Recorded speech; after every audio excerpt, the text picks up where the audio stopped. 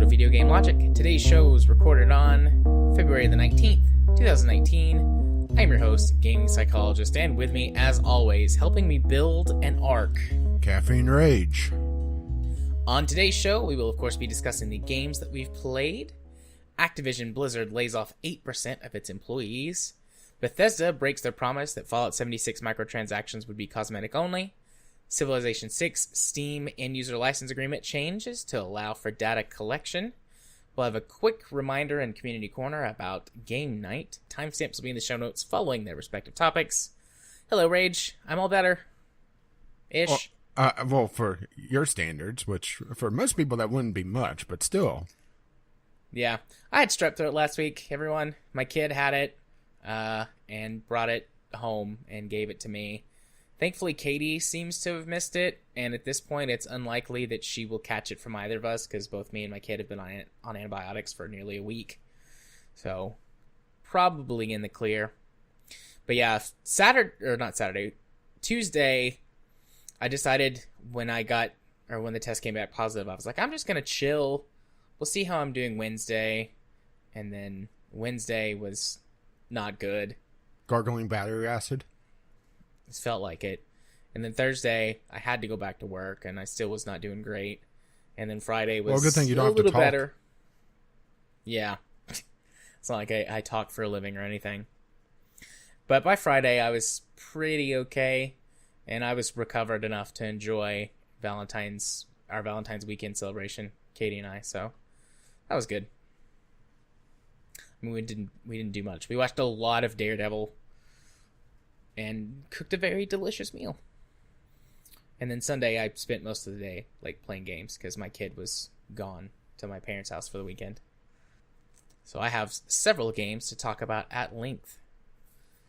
Yeah, and since we had an off week, I have a few games to talk about as well. Indeed. We sort of each have 5, although 3 of them are shared. And we'll be covering those last. We're going to do our individual games first. Which, if you would like to kick us off, Rage, tell us what you've been playing. So you're saying the game is on? The game is on. The game's afoot. So my first game is Sherlock Holmes, The Devil's Daughter, which is the last and, well, obviously most recent of the Sherlock Holmes games from Frogwares. And it's been a very, very long time since I've played a Sherlock Holmes game. Mostly because it requires you to be, well, Sherlock Holmes. That's both a strength and a weakness of Sherlock Holmes games, actually, which we'll get to in a little bit. But they've really changed this game series. For one, it's a lot prettier these days. Used to be back in the day, it was kind of rough looking, even for the games of its time. All the animations were very stilted, and it was almost like a hidden picture game where you had to find the clues hidden throughout the environment to be able to piece together everything about the case. And it was very static. Well, they've changed this to be a more action-oriented game, sort of like the Robert Downey Jr. Sherlock Holmes. Which I don't have much of a problem with, that interpretation of the character, him being more of an action hero, because back in the day, Sherlock Holmes was an action hero. He isn't by today's standards, but back then he was. So, having him being more action-oriented, actually makes a bit of sense for a modern interpretation. And they also kind of nicked Batman's detective vision to try to help out with some of the issues that the older games had. I believe Sherlock Vision.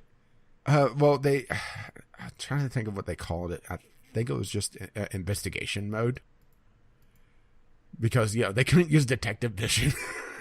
Ironically enough, huh? Yeah, consultative vision, right? But it's not a dead giveaway of all the clues. You still have to try to sort out yourself.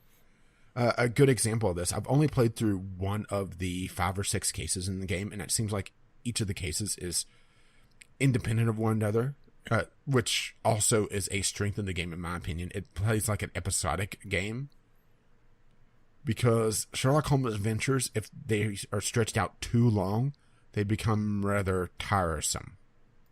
So having them being self-contained adventures at about an hour and a half, 2 hours in length is about the right place, in my opinion, for a Sherlock Holmes story. But a good example of the detective vision, I'm just going to steal the Batman term because it makes a lot more sense, is during the first case, which is essentially a mini tutorial. It's half tutorial, half a deductive case. And you're contacted by this boy who is looking for you to help find his missing father. And you're in his home. He's a peasant boy, barely making ends meet.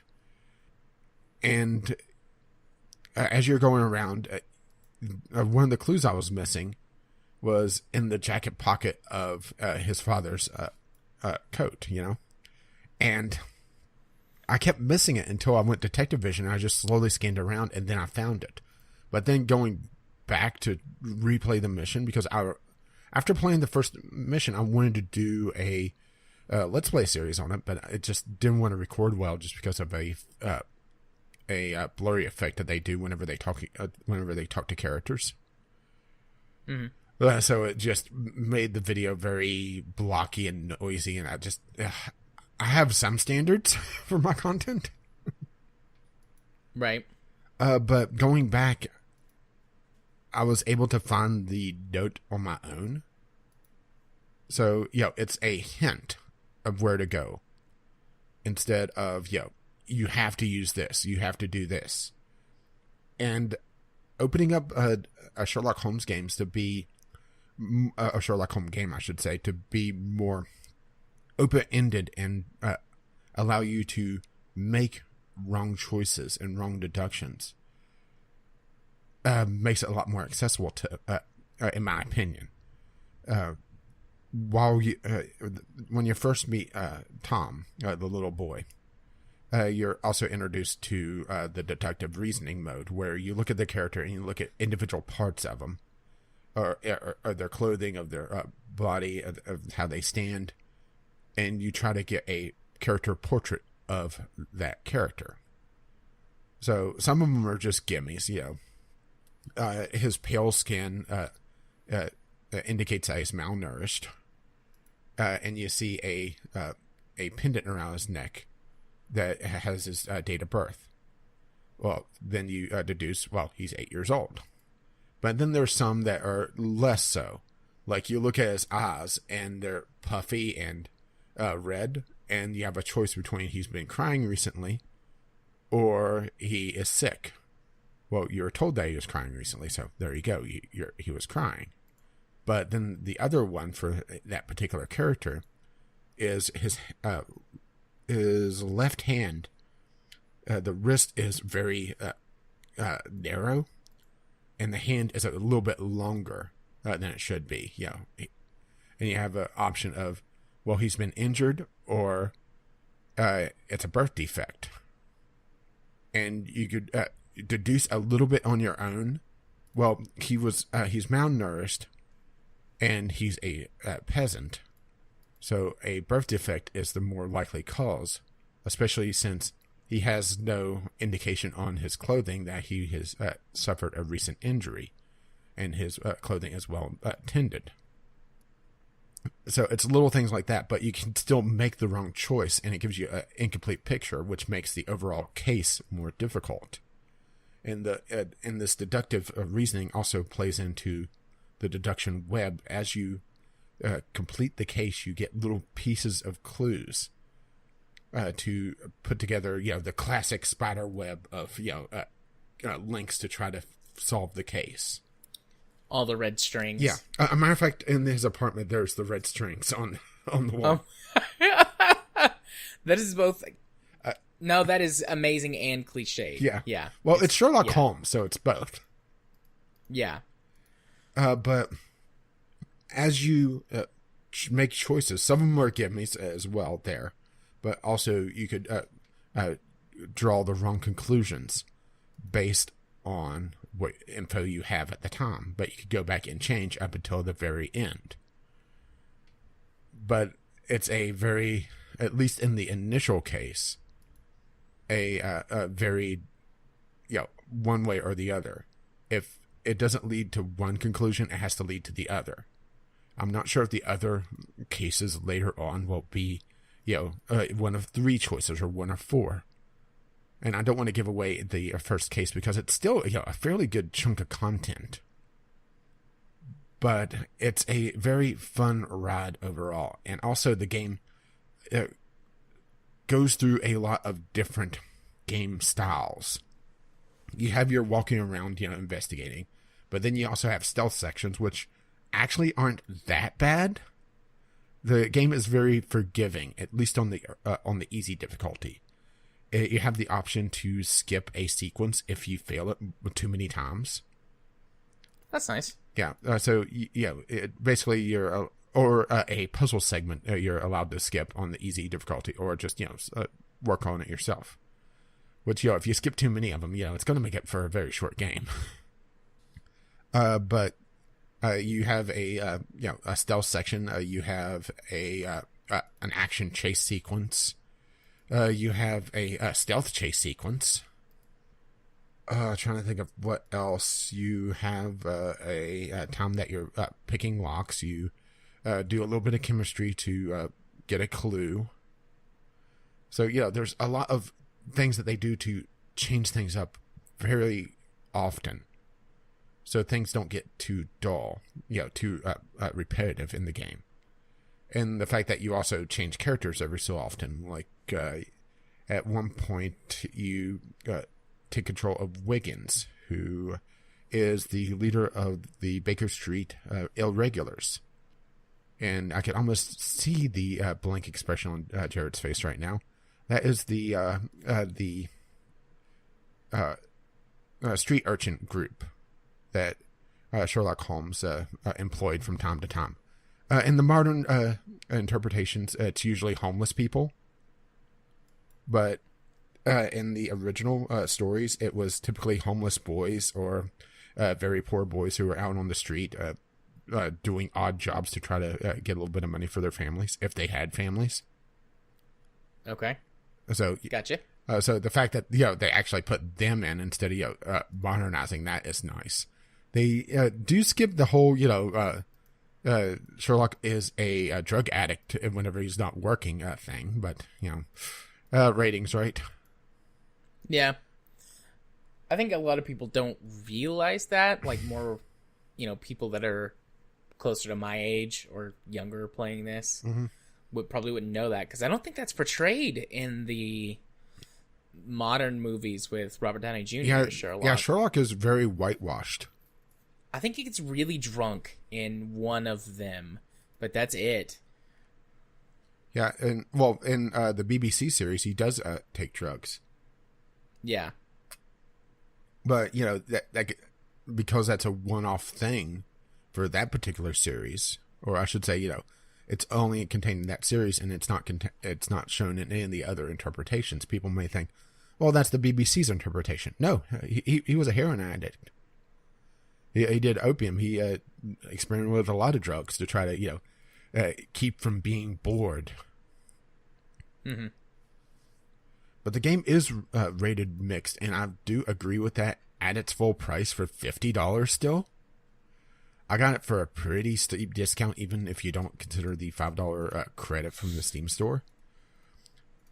Graphically, it's a fairly pretty game. For some reason, everybody sweats all the time, but then again, London, right?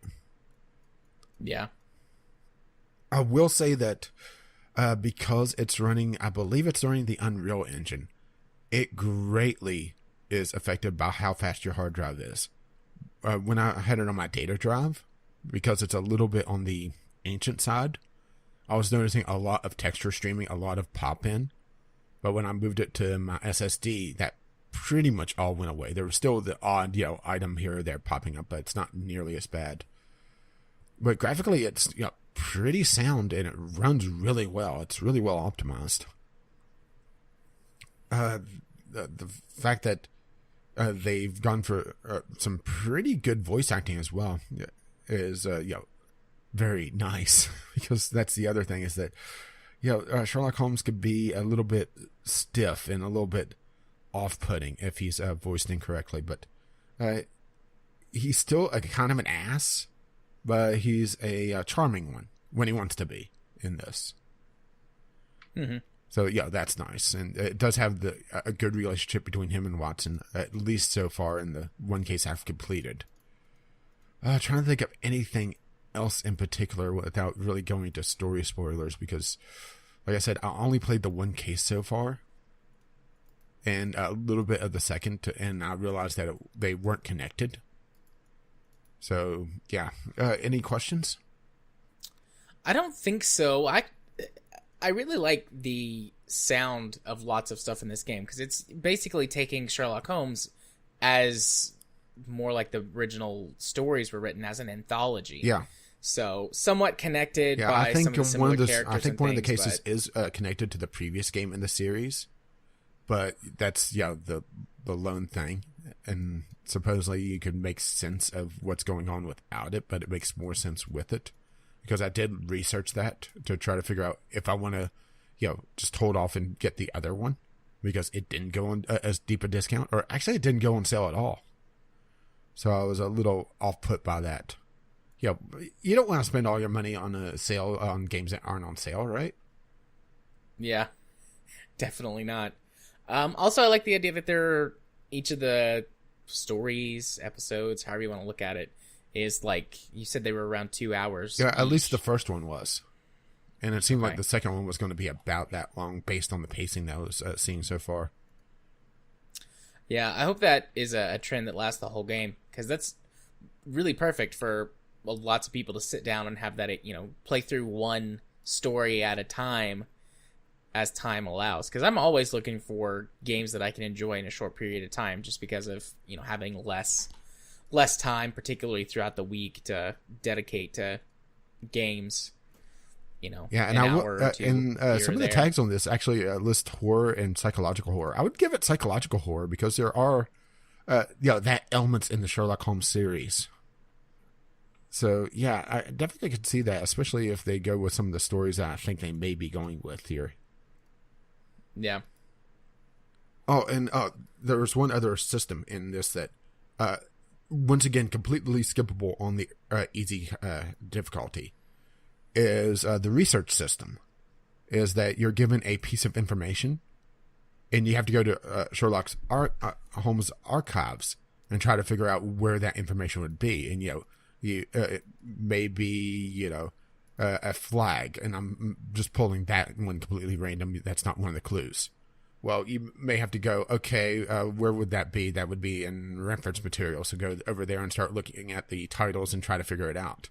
Once again, you can skip it if you want. But honestly, I found it kind of enjoyable just to, for one, see some of the random shit that he had. Because that's part of the point of Sherlock Holmes, is that when he gets bored, he either gets doped up or he starts researching random things. As a matter of fact, you've watched the BBC Sherlock, right? I have seen a couple of episodes. Okay, well, then you probably saw him talking about him doing a research paper on the different types of ashes from cigarettes and pipes, or cigarettes and cigars. Yeah, that sounds familiar. Yes, that does sound. Well, that's familiar. actually a reference to the books, and that's in his apartment. Yeah, there's little nods to the actual canon stories here and there that I really appreciated. But it gives you an idea of some of the random things that would be in his archives to try to sort through. Once again, completely skippable. Most of the actual puzzle elements are skippable, and even the action elements, if you fail too many times, have an option to skip on the easy difficulty. I'm not sure how it affects the overall story, if it does at all, but if it doesn't, then it does add a lot of accessibility to a Sherlock Holmes game that really wasn't there before. Because I remember getting stuck on the very first area of the last Sherlock Holmes game I played, because it required, I actually looked it up later, you had to move the body, then you had to go get a shovel and dig under the body for a clue there. and it was kind of counterintuitive. Yeah, that sounds interesting. I next time it goes on sale, I'll pick it up. Yeah, I would say it's well worth Especially a play. if it goes on sale again for something like $7. Yeah, I would say it's very happy to I say say that. sub $10 it's a steal. And I'm not sure. A lot of the downloads here are mostly talking about the short length. It looks like I didn't have any problems with crashes. I did have like I said, some texture streaming, but that's just it looks like there's only 4 cases according to this. So, but yeah, even still, 4 cases at 2 hours each. Yeah, I mean 8 hours is pretty perfect for me.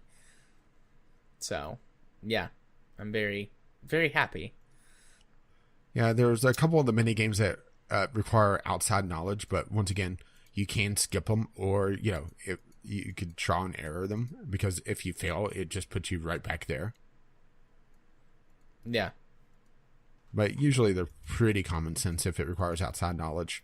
The one odd one was how to shine shoes with a 1800s era shoe shine kit.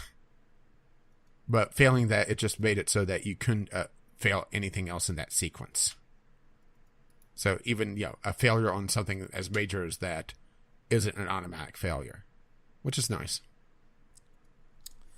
So, do you want to go ahead and do Yakuza, or do you want me to do one of mine? Go ahead and do one of yours so I can take a little bit of a break. Okay. Yeah, that's the main reason I asked. All right, so the first one on my list is Frontier Pilot Simulator. So this is a sci-fi pseudo flight simulator game. It's not full blown with. Oh, that looks like a plane, not a pseudo. Touche.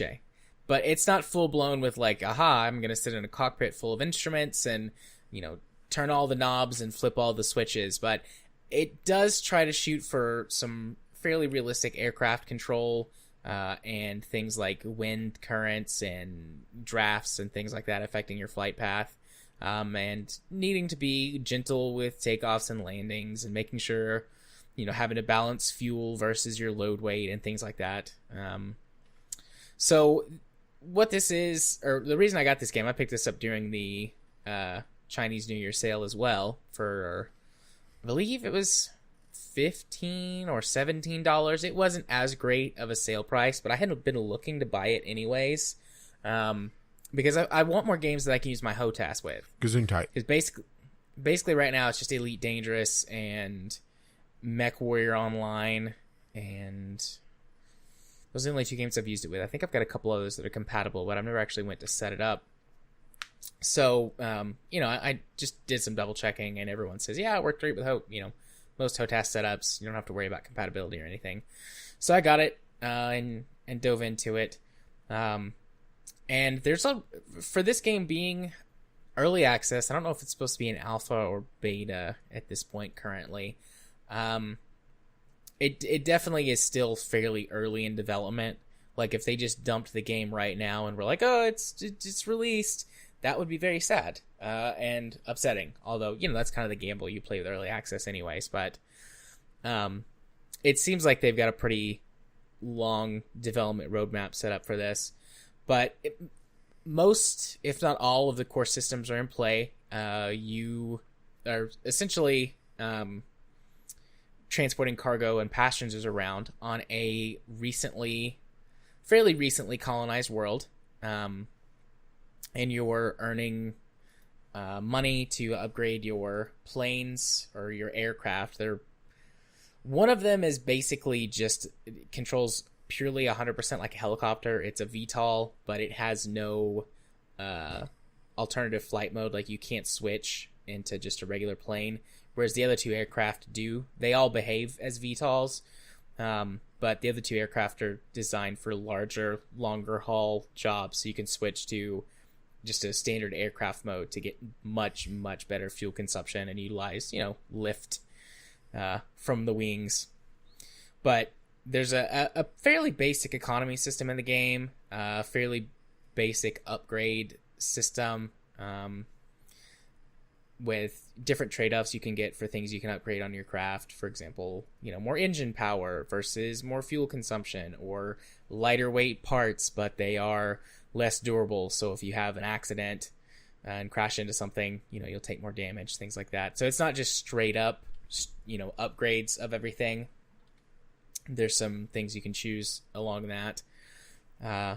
The world is fairly expansive. I'm not quite sure how big it is. I'm sure it says somewhere if you went and dug through the material, but it's at least several hundred square kilometers to fly through. At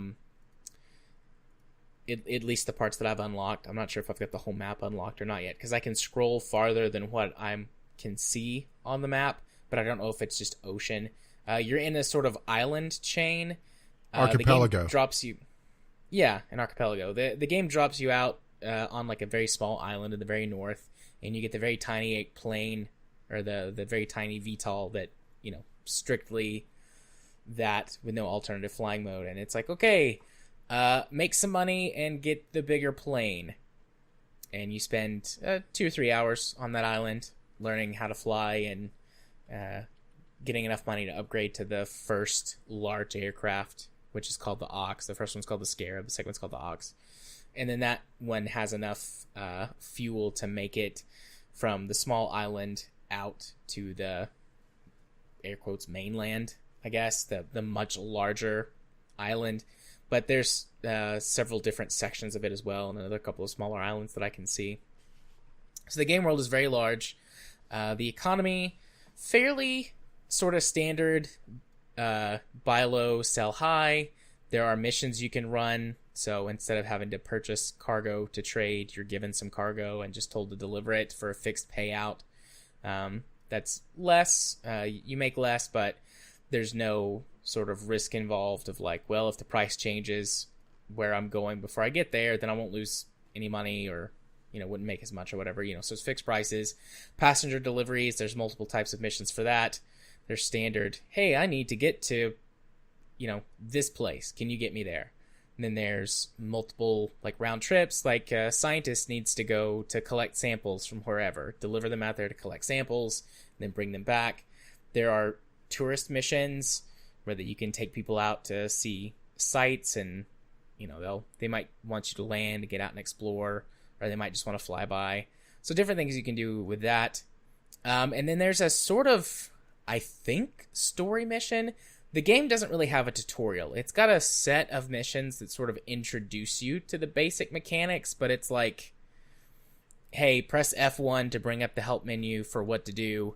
Your first mission is deliver some cargo, and then your second mission is deliver a passenger, and then it's like, buy an upgrade for your craft, and then buy the next plane. Just that sort of stuff.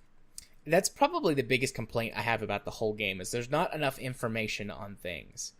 It leaves you to figure everything out on your own. They've talked about adding a more full, fleshed out tutorial down the line, but at this point, aside from the basic missions, you kind of have to figure stuff out on your own. The upgrade system, some of it's pretty straightforward, like an engine upgrade that's 50% more power, 20% more fuel consumption, or something like that. But there are some things that I still don't know what they mean, and I've played the game for like 6 hours or so. It's like cargo upgrade, minus 1750 something. I forget what it is, but I don't know what it is exactly. I think it makes it so that your cargo is less likely to be damaged if you have a crash or make high G maneuvers, but I haven't tested that out yet. Because the biggest thing is you're constantly balancing weight and fuel consumption, because fuel has weight just like your cargo does. So and then adding weight to the overall craft, even though your payload capacity stays the same, the heavier you make your craft, the more thrust you need to take off from from vertical takeoff. There are runways you can use, and you can take off more like a standard plane and rely on the lift from your wings. But there's only a few places that those exist. Most of these are, small outposts or bases or things like that. So you're going to be coming in for vertical landings a lot. So you have to be able to balance that, appropriately and effectively to not crash. The game seems to be pretty forgiving on that. I mean, if you crash, there's like an escape pod that comes out and it flies you to the nearest base, like full base, not like a little outpost or something. It'll take you to the nearest like major base or trade hub or whatever. And you get a new plane that's exactly like the one that you lost, and you just have to pay an insurance premium for it. But the starter aircraft is only a few $100 to replace it with the insurance. The one that I have right now, which is the Ox, is only a couple of $1,000. And the game never punishes you if you go below zero. So if you go into negative money, it will just let you do all of the basic stuff. And you start just writing IOUs. Yeah, you just write a lot of IOUs. So you're never going to be in a position where it's like, well, shit, I fucked up and I'm out of money. I can't fuel up. I guess I'm going to have to sell and go back to the basic ship or restart or something. It'll just let you go into the negative on stuff like that. Which, you know, you'll have to get back into the positives before you can do upgrades or whatever. But at least it's not punishing. It's very forgiving in that way, which I appreciate, because in the beginning, when I was especially trying to work out the HOTAS controls, so, I mean, the default bindings are terrible, obviously. They always are. And then it took me like an hour to get it set up properly. And during that time, I probably crashed a dozen times and went way into the negative at the very beginning. Again, it doesn't explain things very well to you. So you go in the menu and it's like general flight characteristics, flight mode 1, flight mode 2. And it doesn't tell you that the first plane doesn't have 2 flight modes. It only has the what the game refers to as jetpack mode, but I think it should be called helicopter control or VTOL control or something like that. But, you know, where you're not utilizing any lifting force from your wings or anything like that, just relying 100% on your craft's thrusts to keep you up. But it took me a while to figure that out, because I'm like, I'm pushing the key binding to do the change, and it's not changing. And some of the other things weren't working either until I figured out like what buttons it was calling versus what my joystick or my throttle actually had the buttons labeled as. And then I figured out like, oh, the first plane doesn't have a transform mode. And well, then time I to still sell don't know what I still don't know what flight mode 1 and 2 are, honestly, but the general flight controls, I spent just a little bit of time tweaking those, so that basically flight mode 1 uses one set of controls and flight mode 2 uses a different one, just because I have enough buttons and sticks and knobs on my HOTAS. That way nothing ever repeats. So I got that all sorted out. Let's see. Other things, good or bad. The performance of the game, at first was great. I was having no problems running this at near max settings at over 60 FPS on the starter island. But once you get to the mainland, there are a lot of mountains, volcanoes, and very thick clouds, and the performance very quickly tanks. So now it even with lots of stuff minimized or turned as low as it'll go, it struggles to stay close to 60. So that's something that they definitely need to work on. And again, that's one of those things that are like, oh, it's in beta, we're working on it. So fingers crossed they do. Their last major thing that they did was redesign the HUD. So I haven't seen the old HUD. The new HUD, it has got lots of more information on it, and it's cleaner and more organized. So, you know, whatever they did, everyone in the community is like, oh, this is great, thank you so much. But it's very enjoyable. The things that really I think it needs the most, more information, better performance optimization, and then some idea of direction for what to do, beyond just like, hey, fly your plane around, check out all this cool stuff, and make some money.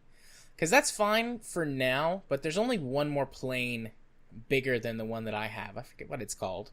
But it's not that much money. It's like 125,000 credits to get the next one, and then probably another 100,000 to get a bunch of upgrades for it to make it the way that I want it. And it doesn't take that long to make that much money, once you kind of get the hang of what you're doing. So either some kind of story or something that encourages you to explore the map more, or something like that would definitely be needed going forward, I think, for this to be more than just a novelty. But for that purpose right now, it serves it very well. I wanted something that used my HOTAS. Soon tight. It's an interesting premise. I like the idea. The general implementation is very solid. And as something that if they add a few more features, make sure and optimize the performance, and then tweak a few other small things, like it would be nice to be able to change the cosmetics of your plane.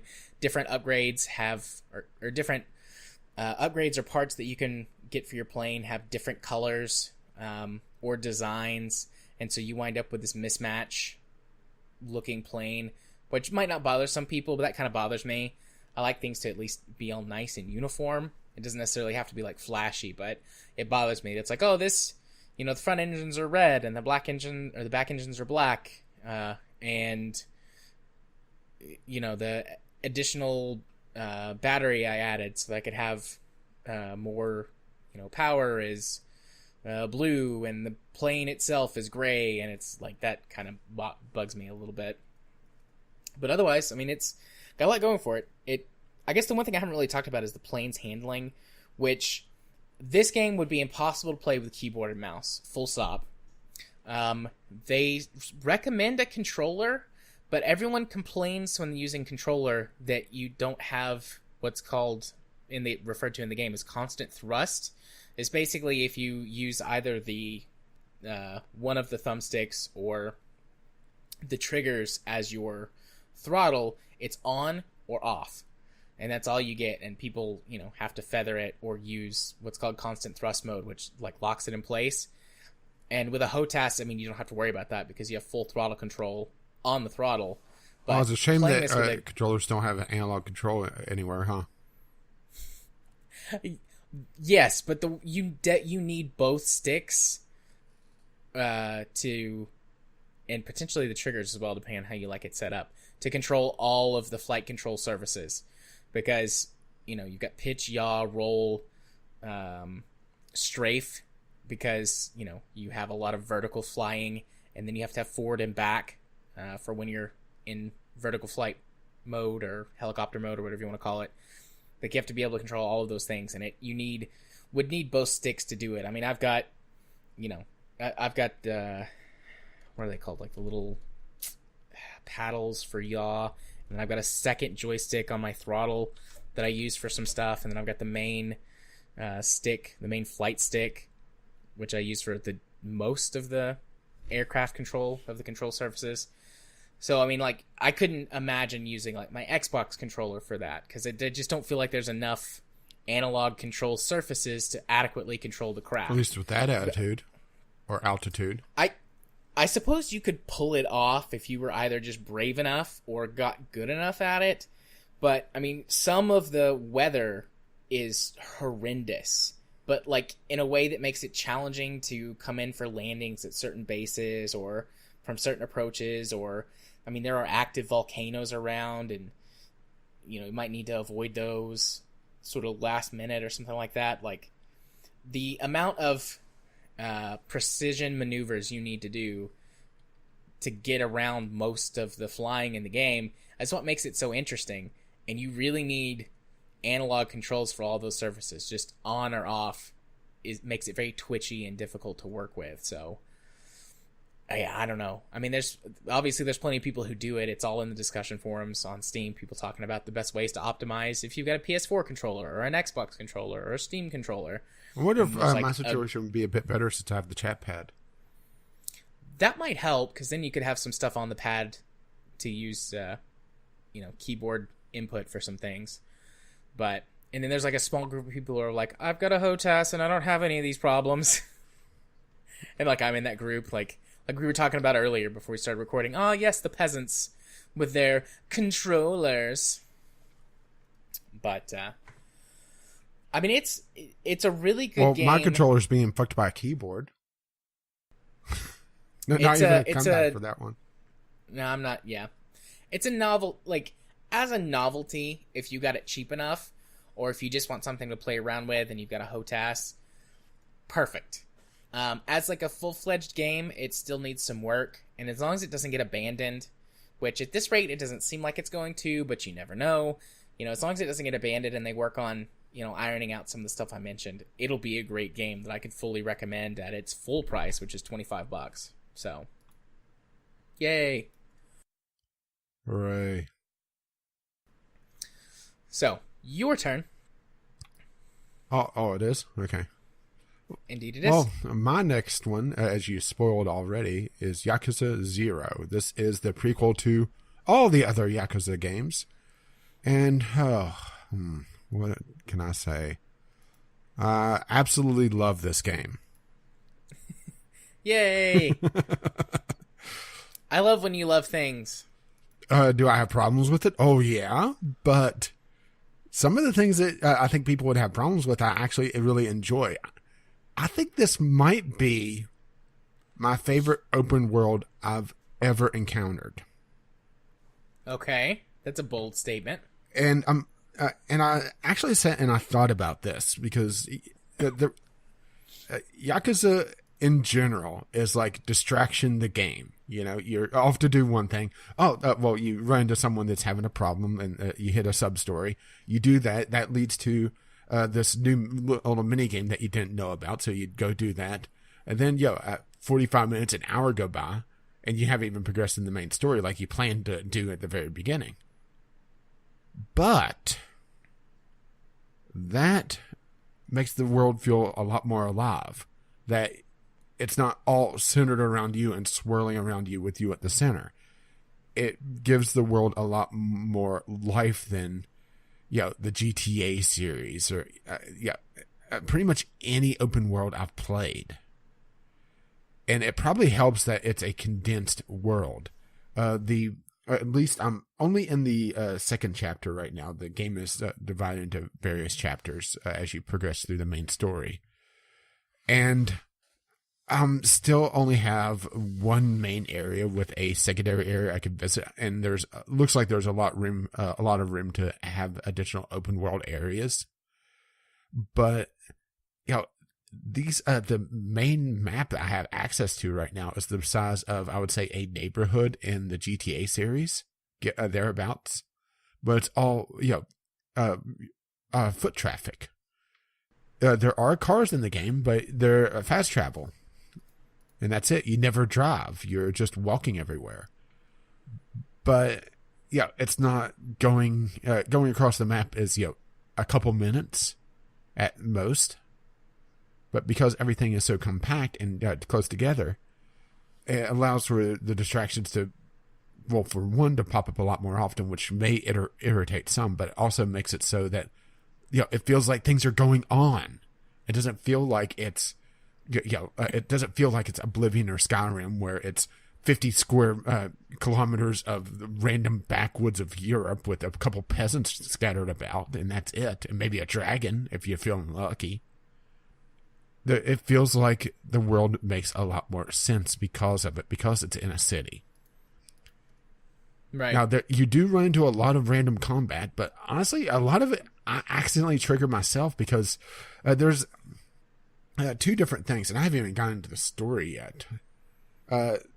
The combat is probably the other thing I've seen people complain about, and I will say that the combat does take some getting used to. It reminds me a lot of Sleeping Dogs, actually, where it's a lot of rhythm-based and momentum-based combat, dealing with usually odds that are not in your favor. But the camera can be a bit of a chore at times, and I would say that's my biggest complaint about the game overall, is that sometimes, especially if you're fighting in like an alley somewhere where it's a very tight corridor, the camera could get a little bit wonky, and that's about the worst thing I could say about this game. Well, that's not too bad. In combat, you could switch between, at least as far as I've gotten so far, 3 different styles. You have a brawler style, which is, what you would expect, a lot of very strong but slow punches that combo together very effectively, very useful against single enemies or slower moving enemies. Then you have a rush style, which is a less damage but faster hits with a lot more dodging involved and a lot more ducking and weaving. Then you have animal mode, where instead of just punching with your fist, you just grab random objects from the environment and start swinging like bicycles and signs and that sort of thing at enemies. which is great for groups if there's a lot of random things that you could pick up that you could see, and you could switch between them on the fly, or you could just pull out your weapon, which could be anything from a model pellet gun that they modified to be very powerful, to a marlin. As in the fish. As in like the fish? Yes, as in the fish. Okay. That happens to also be a cannon. Okay. Which, this game, it has its serious moments, but it can also be wacky as fuck. And I appreciate that. Especially when you're doing some of the mini game stuff, where one of the things I ran into at one point during the night the other night was slot car racing. Something I don't usually see in games. And this guy, your character, Karu, really gets into it. He's like, little model cars that you can put in your pocket and race? What would they think of next? That's really cool. And whenever you start a race, he is talking to his car, and then he holds it up to the camera and shouts the name of the car. Just camp all over the place at times. But it's great when it does that, because it breaks up the more serious moments of the main storyline. So I really appreciate that. And let's see, there's slot car racing. There's a bowling alley that you can go bowling in. Fortunately, without your cousin. You could go to the bar and shoot pool. Like 4 different types of games of pool, or play darts, which has like 2 or 3 different modes there. Go to the batting cages. Go to an arcade and play the claw machine to get random things. Which I'm not sure what the prizes do just yet out of that. Play some old retro Sega classics, like Sega arcade classics. Like Outrun, for example. Just so many things to do that it's very easy to get lost. And then you can run into the side stories, which I mentioned before, which could be more serious or just wacky. Like one that I ran into, I don't want to spoil too much about the story. Well, I'm not too far into the story, but some of the side stories are really interesting. Like one of them I ran into, I was doing the main story, and I had to go to a particular convenience store to get an item there. Which, there's stores all over the place. There's different eateries to go to refill your health. Some of them are better to refill your health than others. Some you could get takeout food to carry with you to eat on the run to refill your health. But I was going to this convenience store to get an item for the main quest, and there was a kid there with an exclamation point on his over on the minimap, so that indicates a submission of some sort. Well, I talked to him, and he talks about this video game that's coming out. This is set in the late 80s in Japan. And, and Karu's like, well, people are lining up for a video game. Well, pretty much everything is like, what will they think of next, right? For him. People have been there all day waiting for the store to open up to sell a few copies that they have of this particular game. Well, you go in, and I got the thing I was there for, not the video game. Come out, and this kid is, sitting there crying. Someone mugged him and took the game. All right. Well, he says, well, it looked like they went that way, mister. So, go down the alley, find the guy that mugged the kid, beat the ever-living snot out of him. Turns out, as you get there, there was a cutscene, and there was another guy that ran off. He got mugged, and now I have to chase him. and the first kid, a high school student, was talking about, oh man, I bet that guy won't even love the game. He's not a collector like me. And Kaoru's like, you're whining about losing the game that you stole in the first place. So chase the punk he gets robbed by a Yakuza guy. All right, fine. Chase the Yakuza guy, and it turns out that and I had to beat up the punk as well. Then I had to beat up the Yakuza guy, of course, right? Right. Well, it turns out, I'm going to spoil the one sub-story. He was stealing the video game for his son because him and his wife got divorced, and he's rarely able to see his son, and they bond over video games. And he was talking about, well, that other guy, he's not even a collector. He wouldn't even enjoyed it when, the other one was talking about for the first one. The first one was talking about the kid.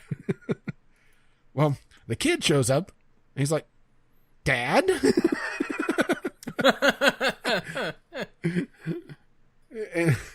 and before this, you're laying this huge guilt trip on him, talking about, well, you're taking this to make your son happy, but you took it from a kid that saved up his allowance for months to be able to buy this game on his own. And he's like, oh man, I'm such a dick. Essentially. And then it's the kid's yeah. time. That's great. And he's like, well, why didn't you get me to buy it for you? It's like, oh, Mom doesn't like it when you buy me things. She says that it's dirty money, that it's not good for me to... it's good for me to learn the price of of things, essentially. So they go off and bond over the new video game. And that's one of the little sub-stories.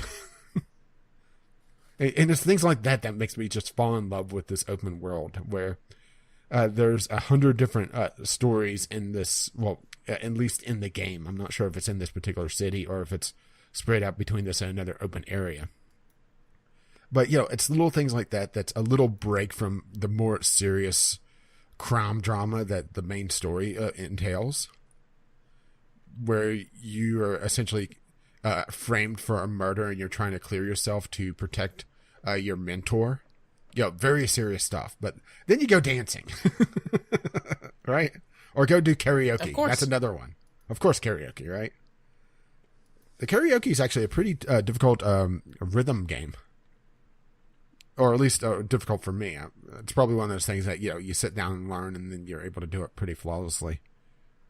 But, it's just all the little things about this game that really made me appreciate it.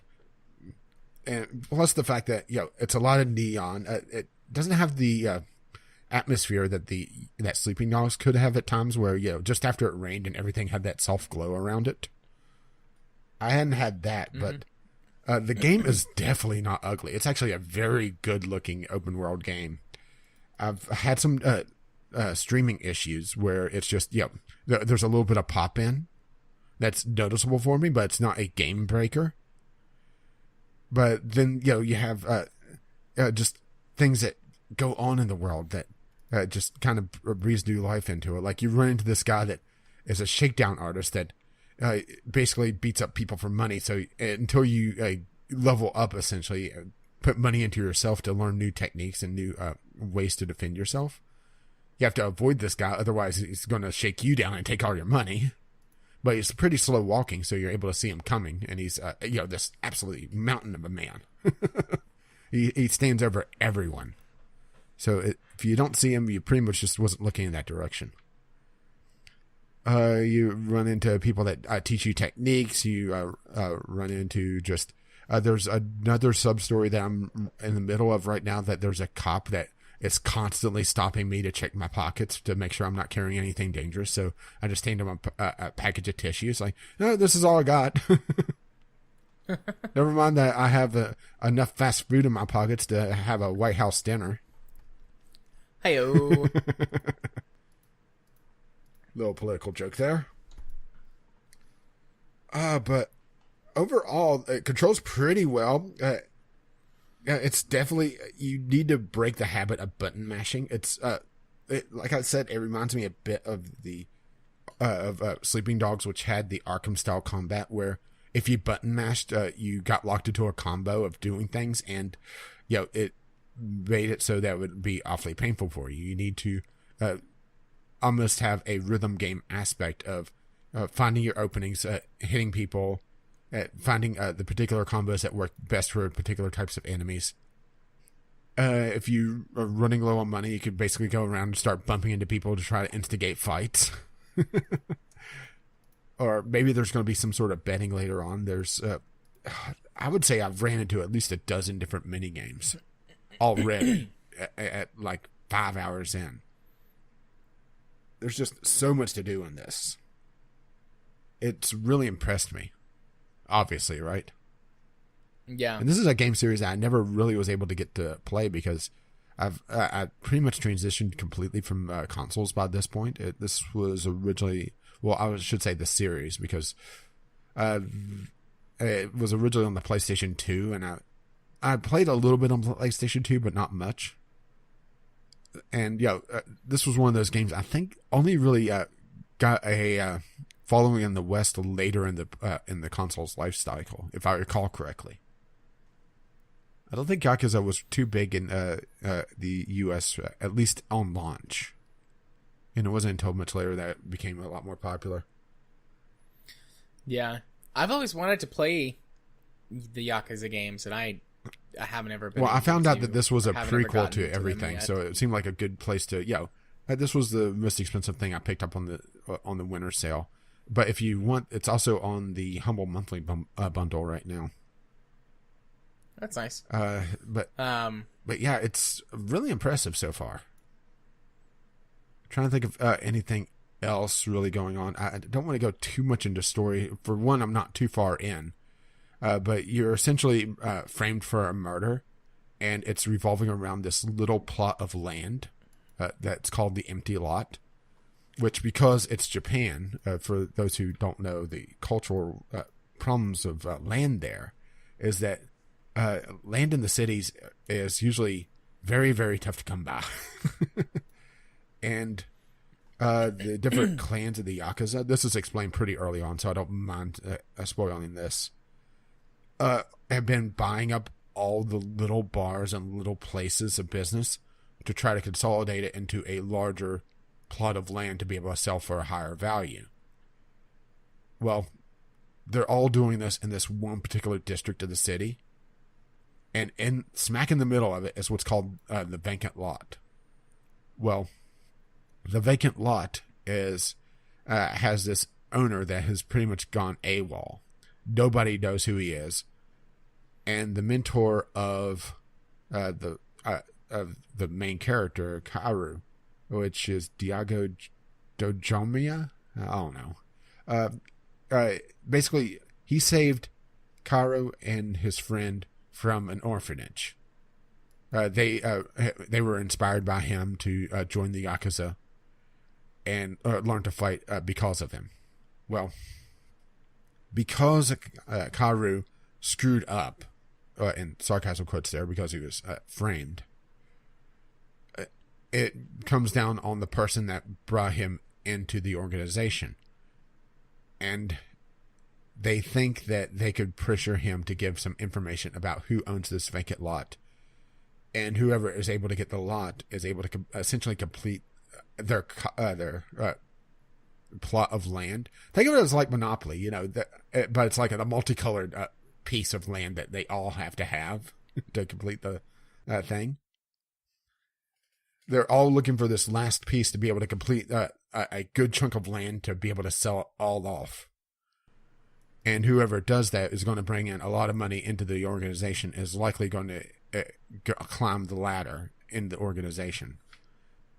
But because your mentor is trying to hide this information from the others, it puts him in a bind whenever you are framed for this particular murder. And it's trying to clear yourself, take the pressure off your mentor, and who knows what else, because shit gets weird at times. I mean, things are already starting to throw some curveballs in the story.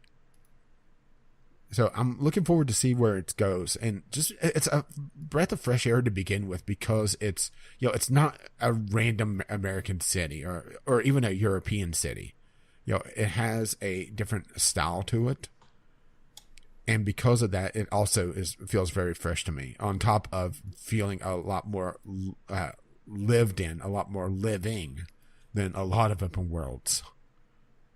Yeah. I think a lot of open worlds could take a serious look at Yakuza and learn some very important lessons here. Bigger is not always better. This is a very small map, by modern standards, I should say. But it has to be one of the best I've played. Well, I mean, I already wanted it, but I'm pretty much sold now. Hearing you talk about a game this positively. Yeah, the worst thing I have is a little bit of pop-in, and that's because I'm running it on my data drive, not my SSD. It does have Denuvo, but I believe they are pulling it out on the next patch. There's some rumors that the exe file drops pretty significantly on its actual size, so that's an indication that they're pulling some of the DRM out of it. But it's run amazingly well. I'm running it cranked all the way up, and it's absolutely beautiful. Criticism that some people may have is that the game is not in English, it's in subtitles. Partly due to just, it was a gamble to bring it on PC. This was the first Yakuza game on PC ever. Not counting emulation, of course. But it was cheaper to do this. But honestly, I think it adds to the feel because, it feels like I'm watching a proper Japanese drama instead of... There's that kind of disconnect whenever you see Japan and they're talking English, right? Without it being, they're obviously meant to be speaking English. If that makes any sense. Yeah. I do like it, though, the idea of it being in Japanese and subtitled. Yeah, it's there's different, essentially different levels of it. There's the full-on cutscenes where, it's like the Steam store page has a few of them where, it's highly detailed modern cutscenes, fully voice-acted in Japanese with subtitles. Then you have almost a visual novel-esque thing going on, but that's usually reserved for just before boss fights. Then you have the traditional JRPG, and the traditional JRPG text box it's just the text box and a few words that are voiced. Like there's one character that constantly says yes. But I don't have a problem with that because I'm pretty sure those characters weren't voiced anyway. So nice. And trying to think of anything else that would be a major complaint, and not really. I mean, the main thing that's going to be is that do you want to play Distraction the game? If so, then here you go. If you want to have a more laser focused, I just want to do the story and that's it. Well, this is definitely not the game for you because, there's so much to do. And I'm pretty sure I'm not even halfway through all the mini games because there's so much. But then again, one of my favorite GTA, or I should say my favorite GTA was San Andreas because of just how much content they had, just how much you could go off and do on your own. Yeah. I mean, that makes sense.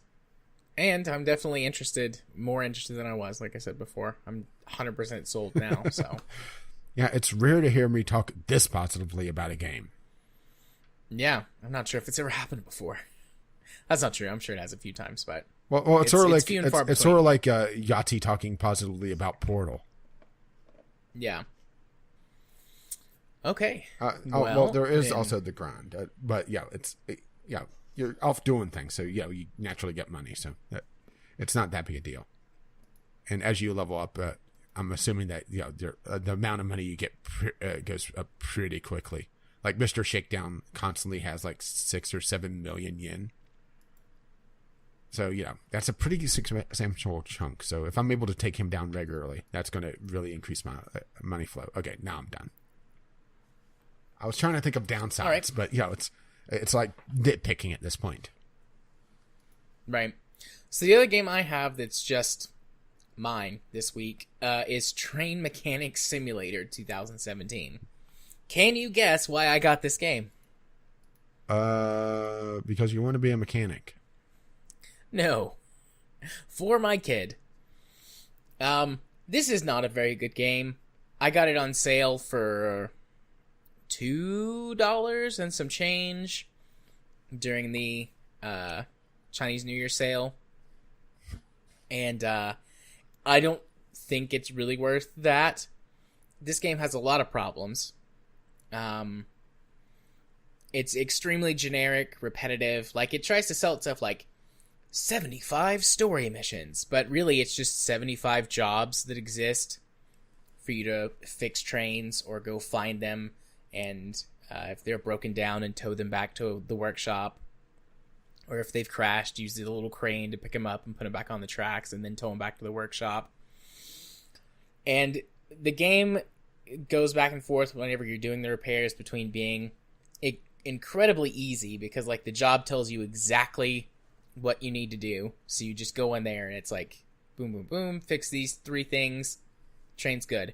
Or ridiculously tedious, because it's not difficult, but it's like, yeah, the train's broken, figure out how to fix it.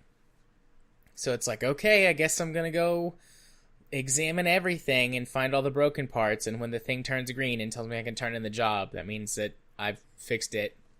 So that's good, I guess. So you're fixing Felix. Yes. Except with more wrenches than hammers. At least with that attitude. I mean, the graphics are pretty good. The system, the actual driving your train around on the big overworld map, that's pretty okay. There's some pretty neat sights to see. Like, there's a big castle you can drive past. Like, I mean, it doesn't make any sense at all. Within like 25, I think it's 25 square kilometers, there's like a desert and a mountain range and like an Asian looking area with like cherry blossoms and like a fishing area, and there's like a snowy place and like a little mountain to climb. Like, it's just like, let's throw all of the different types of scenery in. But it still looks pretty good. You can tool around the map pretty quickly and easily. Don't have to worry about things like your own train crashing. Like, you don't have to worry about speed limits or anything. You can just, like, very clearly, it's like, oh my god, if I went around this at, 50 miles an hour, I very clearly would have derailed and crashed and died and exploded. But yeah, but you're not a quitter. No. So your train stays on the tracks and you keep going. I think Jim actually reviewed this game. Yeah, and he gave it a negative review and spelled out a lot of the problems. But like, I saw this and I was like, for $2, my kid is going to love this, and it'll be something we can play together.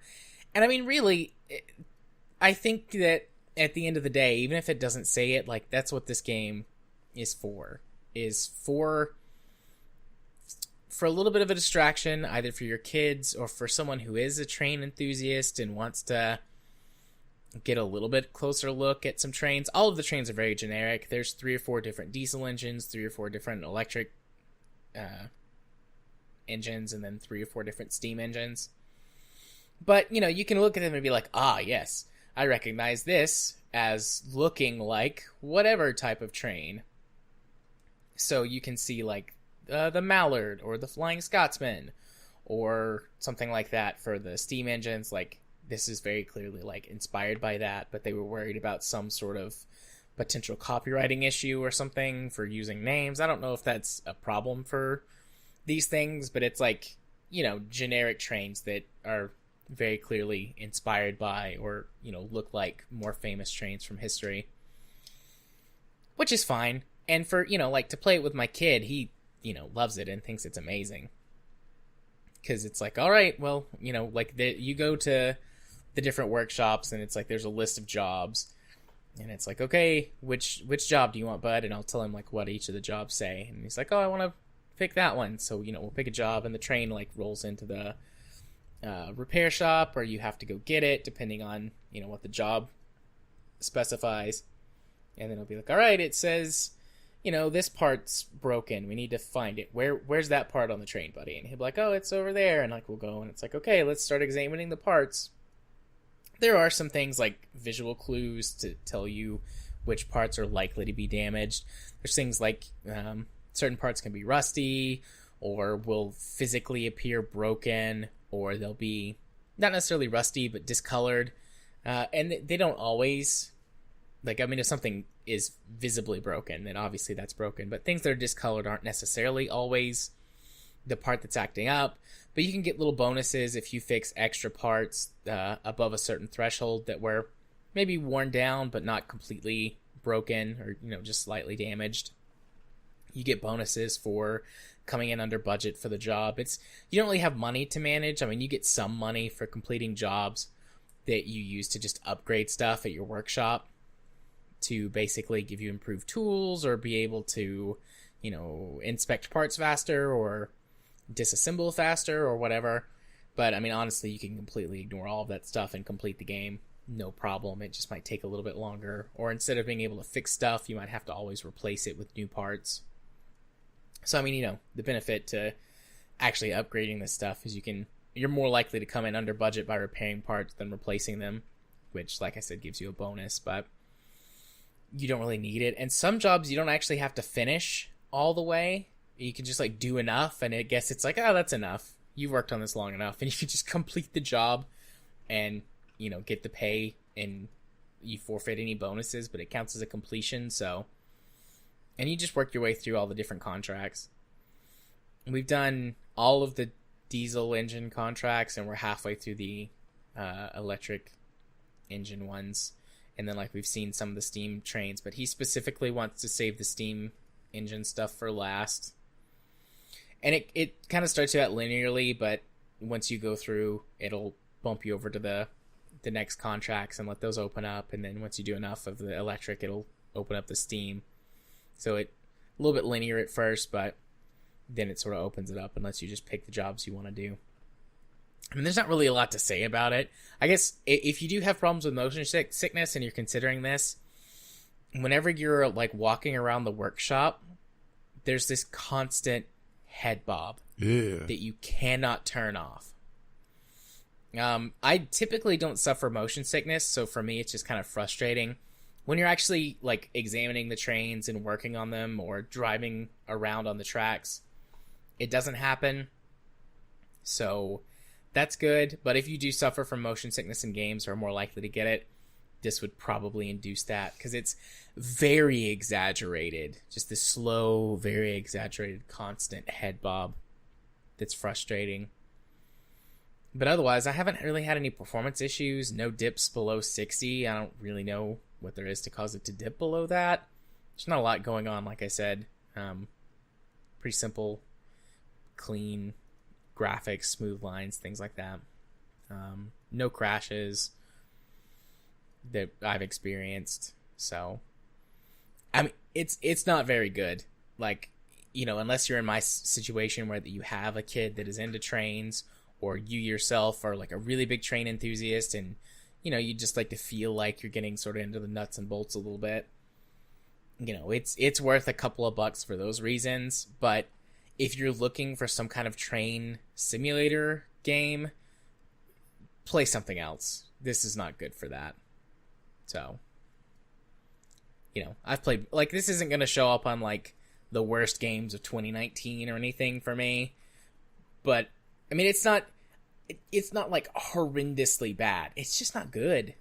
It's below average, I guess. It's unmemorable. So, yeah, unless you fit the very specific couple of cases I just described, just avoid it. So, yeah, that's the last of the games we played individually. So now we've got the 3 games, the 2 that we did for 2 community nights, and then the one that you and I played together. So, let me get back over. Which one's first on the list? Borderlands for you and for me. So, Borderlands. Sweet. So, finally got me to play Borderlands. And I have to say, the opening of the game is kind of a slog, isn't it? Yeah, we played it for, 2.5 hours? Give or take a little bit. We both got to level 10 or 11.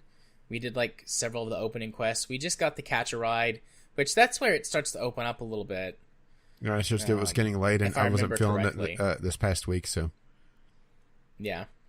It's just, the thing I think is also that I've tried to play this game several times in the past. For those who have lived under a rock, the Borderlands series is, I I would say one of the more popular, if not the most popular, of the first-person looter shooters. Unless you start getting to stuff like Destiny. Yeah. But I've tried going through this sequence like 3 or 4 different times before this with different amount of friends over the years, and I've always had a problem with finding someone that actually meshes with me because I tend to go off and shoot things, or I like to send loot. Yeah. Or I had one friend that actually hacked his save file to give himself a super weapon. Because, that's a lot of fun. I'm not going to do any of that. One of the...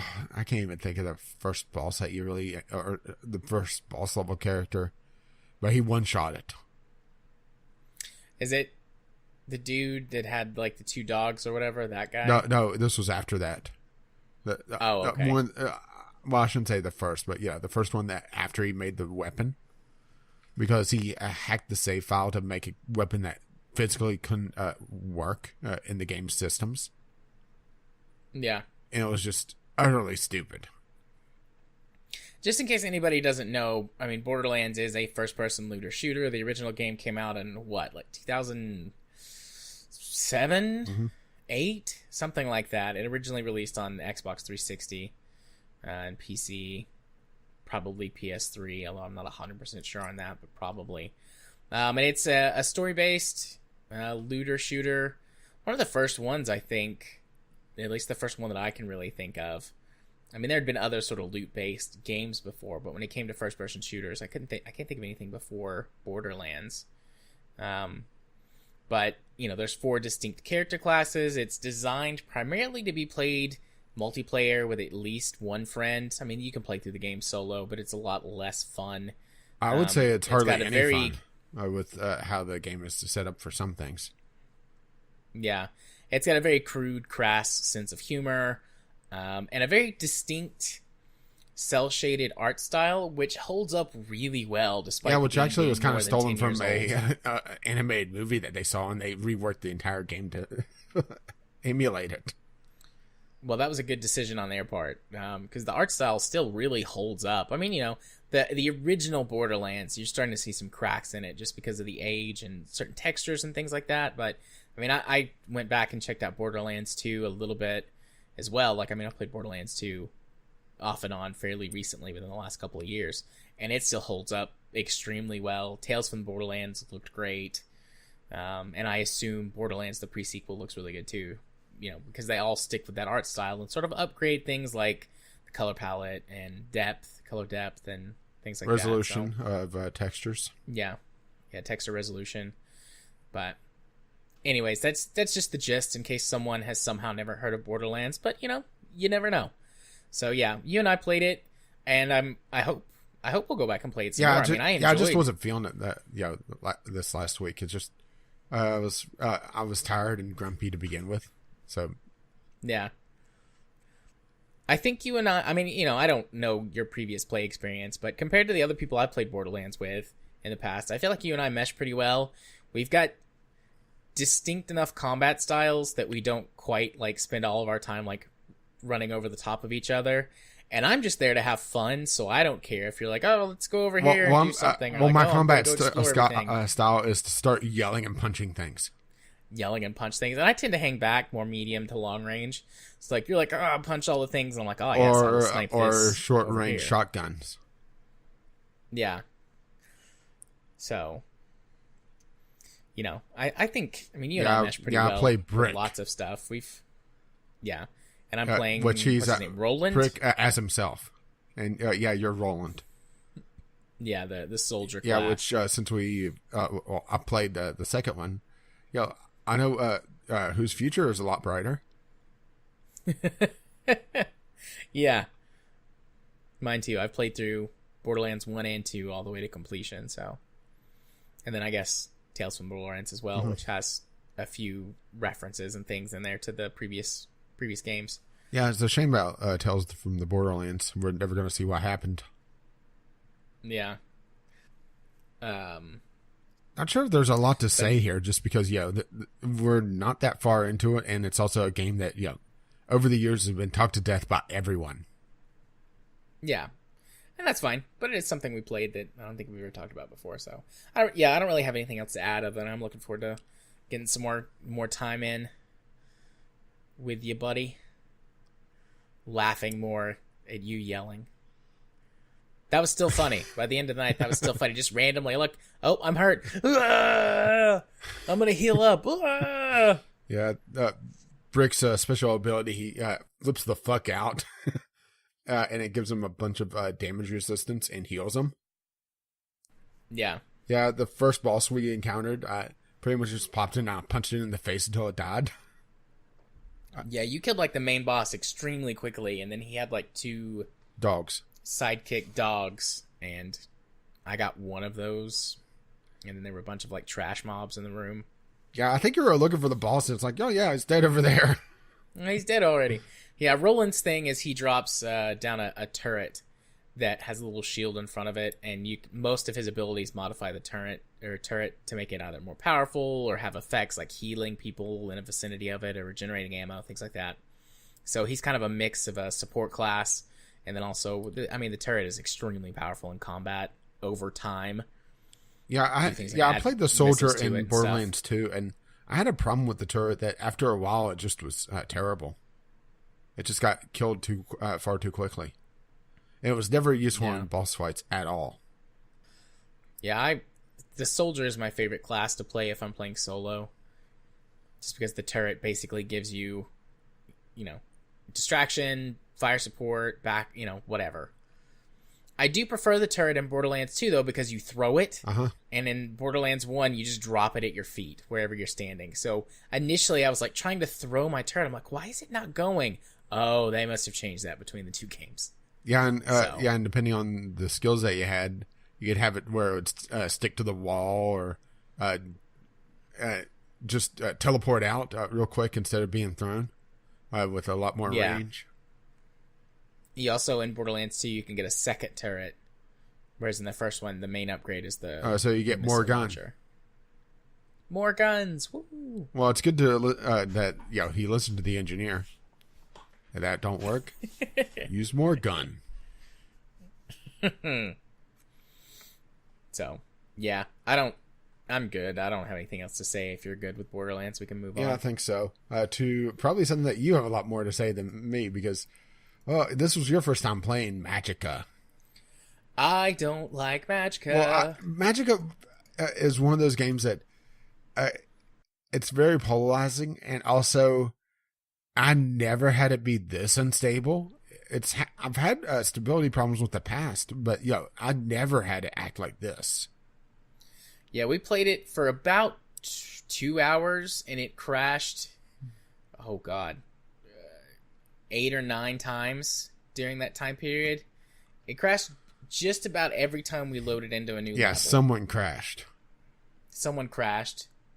Maybe I shouldn't have hosted it. I'm not sure if it was me introducing the crashes or what, but I never had it act like that. But Magicka is the premier wizard murder, suicide, genocide simulator. It's an ARPG where instead of having set spells, you have, 8 different elements, and you mix and match and create spells, or hit one of the mega combinations, and death happens. And sometimes it's even to the enemies. Yeah. So there's a lot of stuff that I do like about this game. Like, I like combining the spells. I like that whole system. It's a lot of fun to experiment and combo things. Yeah, it was a shame that it wasn't more stable for you the other night, because I think that really wore on you. I like how there's a lot of different character classes. I don't know quite the way to say it, but they're for technically example, skins, I was playing, but they're non-cosmetic skins. Yeah, no, they behave very differently. So I was playing as a space marine from Warhammer 40k, and I mean, it looks like a space marine. I made mine pink because, of course, it's me. But like, my thing was like my combat, or like the battle armor or combat armor or whatever, gave me huge resistances to multiple damage types, and a heal over time, but I could not heal myself or be healed by other people. And also it gave you a severe weakness to a couple damage types. Yeah, and then it made me walk a little bit slower. And then I had a gun, and I forget what my staff ability was. Charge. Oh, yeah, right. As in, you so put down your shoulder and charge at an enemy, and you could knock him back. Right. Yeah, my ability was I was the American wizard. I had my staff was the American flag, and when I used it, I pulled out a grenade and I chucked it. And my weapon, of course, was a gun, and I shoot people. Your weapon, yeah, wasn't it M16? Yeah, it was a assault rifle, I believe, on burst mode, and yours was a gyrojet pistol. Yeah, and then Ghost Shark played as a Tron wizard. Yeah, his was weird. I never encountered that before. So he had the light disc, which as his like weapon, which he threw, which was very powerful. He could not be healed with healing spells. He healed with lightning attacks. Yeah, which was a lot of fun because you were weak to lightning. So if you got hit, I was weak to lightning. Yeah, so that was pretty wacky. I think we wound up killing each other a lot more than we healed him whenever we were trying to heal him. The thing is that people were using just pure lightning, but I found that if you mixed in the arcane element, it created a beam, so it went arc to other people, and the healing was doing more than the damage from the arcane. Yeah, and that's what the gist of it is that mixing different things. Like you throw a shield into the mix, you could throw down a bunch of mines, or you could put a resistance on yourself, or you could actually enchant your weapon to do extra elemental damage. Yeah, there's like an earth spell, which if you use it by itself, you just like magically throw huge rocks, but you can combine it with fire to make giant fireballs. But there's also unlike elements. So, for example, if you were shooting a fire beam and I shot a water beam and we crossed the streams, they explode. Yeah, a huge burst of explosion of steam, right? Pure arcane energy, and it would probably insta kill you. Oh, okay. But you could still you could make steam. You could use that to damage people. Fire and water is a bad example. I would say more like arcane and life is a better example, because those don't create a sub-element. Right. But there's also a long chain of elements that you could, like the meteor storm was 9 or 10 different entries to be able to trigger it. And it had to be... But that called down a massive meteor storm over the whole screen, which hurt everyone. Yeah, because friendly fire is permanently on. So, I mean, the things that I really disliked about this game, if you took them away, would make it really boring. Like, like I said, we killed each other more than enemies killed us. Yeah, but also revives were very quick. Yeah, but like that constant, like, oh, I'm doing something, no, I'm dead. Revive me, please.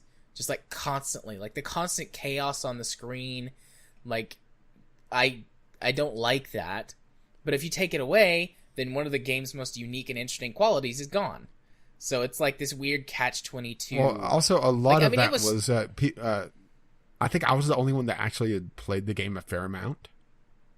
Yeah, I had never played it. Yeah, so people were using a lot of AoE abilities that was killing other people. And if you noticed, I was purposely staying away from everyone else. I mean, I was trying, but the fact that I couldn't heal myself, like, it was fine that was something else up until Ghost Shark joined us. Because the thing that healed him, like we already said, was the thing that I was weak against. So if I kept accidentally getting caught in people trying to heal Ghost Shark... which you did cross my stream a couple times. Yeah, I'd get hit by the beam, or just like a regular lightning blast, which arcs across multiple targets, and then I would take massive damage, and then I couldn't heal, and then I would die. And then when you respawn with a very small amount of health. I think you would have enjoyed the game a lot more if you didn't take Space Marine. Yeah, but I just kind of stuck with it at that point, because I'd kind of figured out what I was doing with Space Marine. I didn't want to swap. I mean, I'd be willing to try it again. Like, I would never in a million years play this game by myself or with a group of friends that wasn't, like us, just that all get along and just, like, fuck with each other all the time. Yeah, like, I couldn't play this with some of my friends that are much more serious, because everybody would get frustrated and mad, and then they would just be miserable. But it was fun and wacky. Like, the time spent together was fine. but I didn't really like the game very much, and the crashing didn't help. But I mean, that's something that honestly was just like, yeah, that like I said, that was a poop weird cherry thing that I'd never really seen happen before. Yeah, it's a shame you don't have the DLC because I'm pretty sure you don't. I'm just double checking. No, you don't, because I think you would really enjoy Magicka Vietnam. Because it's pretty much a take on every single Vietnam era movie with wizards. That's where I have the American wizard from, and it's just silly. Gotcha. I mean, if it was, I'm sure it gets super cheap. I mean, I would get it. Maybe have you host, see if that helped, because maybe it was just a quirk of my system, because computers always have different personalities, right? Yeah. So. Yeah, it's a shame that you didn't. I mean, I pretty like much said my piece about it. Now, if it didn't have the crashing, do you think you would have, you would have been able to put up with the constant deaths? Yeah. I mean, like I said, I was having a good time with our, group together. I mean, I was laughing my ass off at all the situations we got into. Like I didn't like the game, but I enjoyed the experience. And also, it's full of references. Unfortunately, you missed a number of them, because a lot of them are in the cutscenes. Stay a while and listen, and I'll tell you a story. A story of... And the game kept crashing. Yeah, a story of ghouls and goblins. Of... trying to remember the rest of the opening sequence, but they reference like 5 different things immediately. One of the last major fights we did was against the knights who said knee, and they're constantly yelling shrubbery.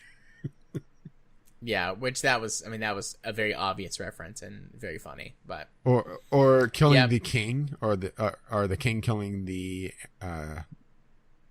guy, and the obvious Darth Vader reference.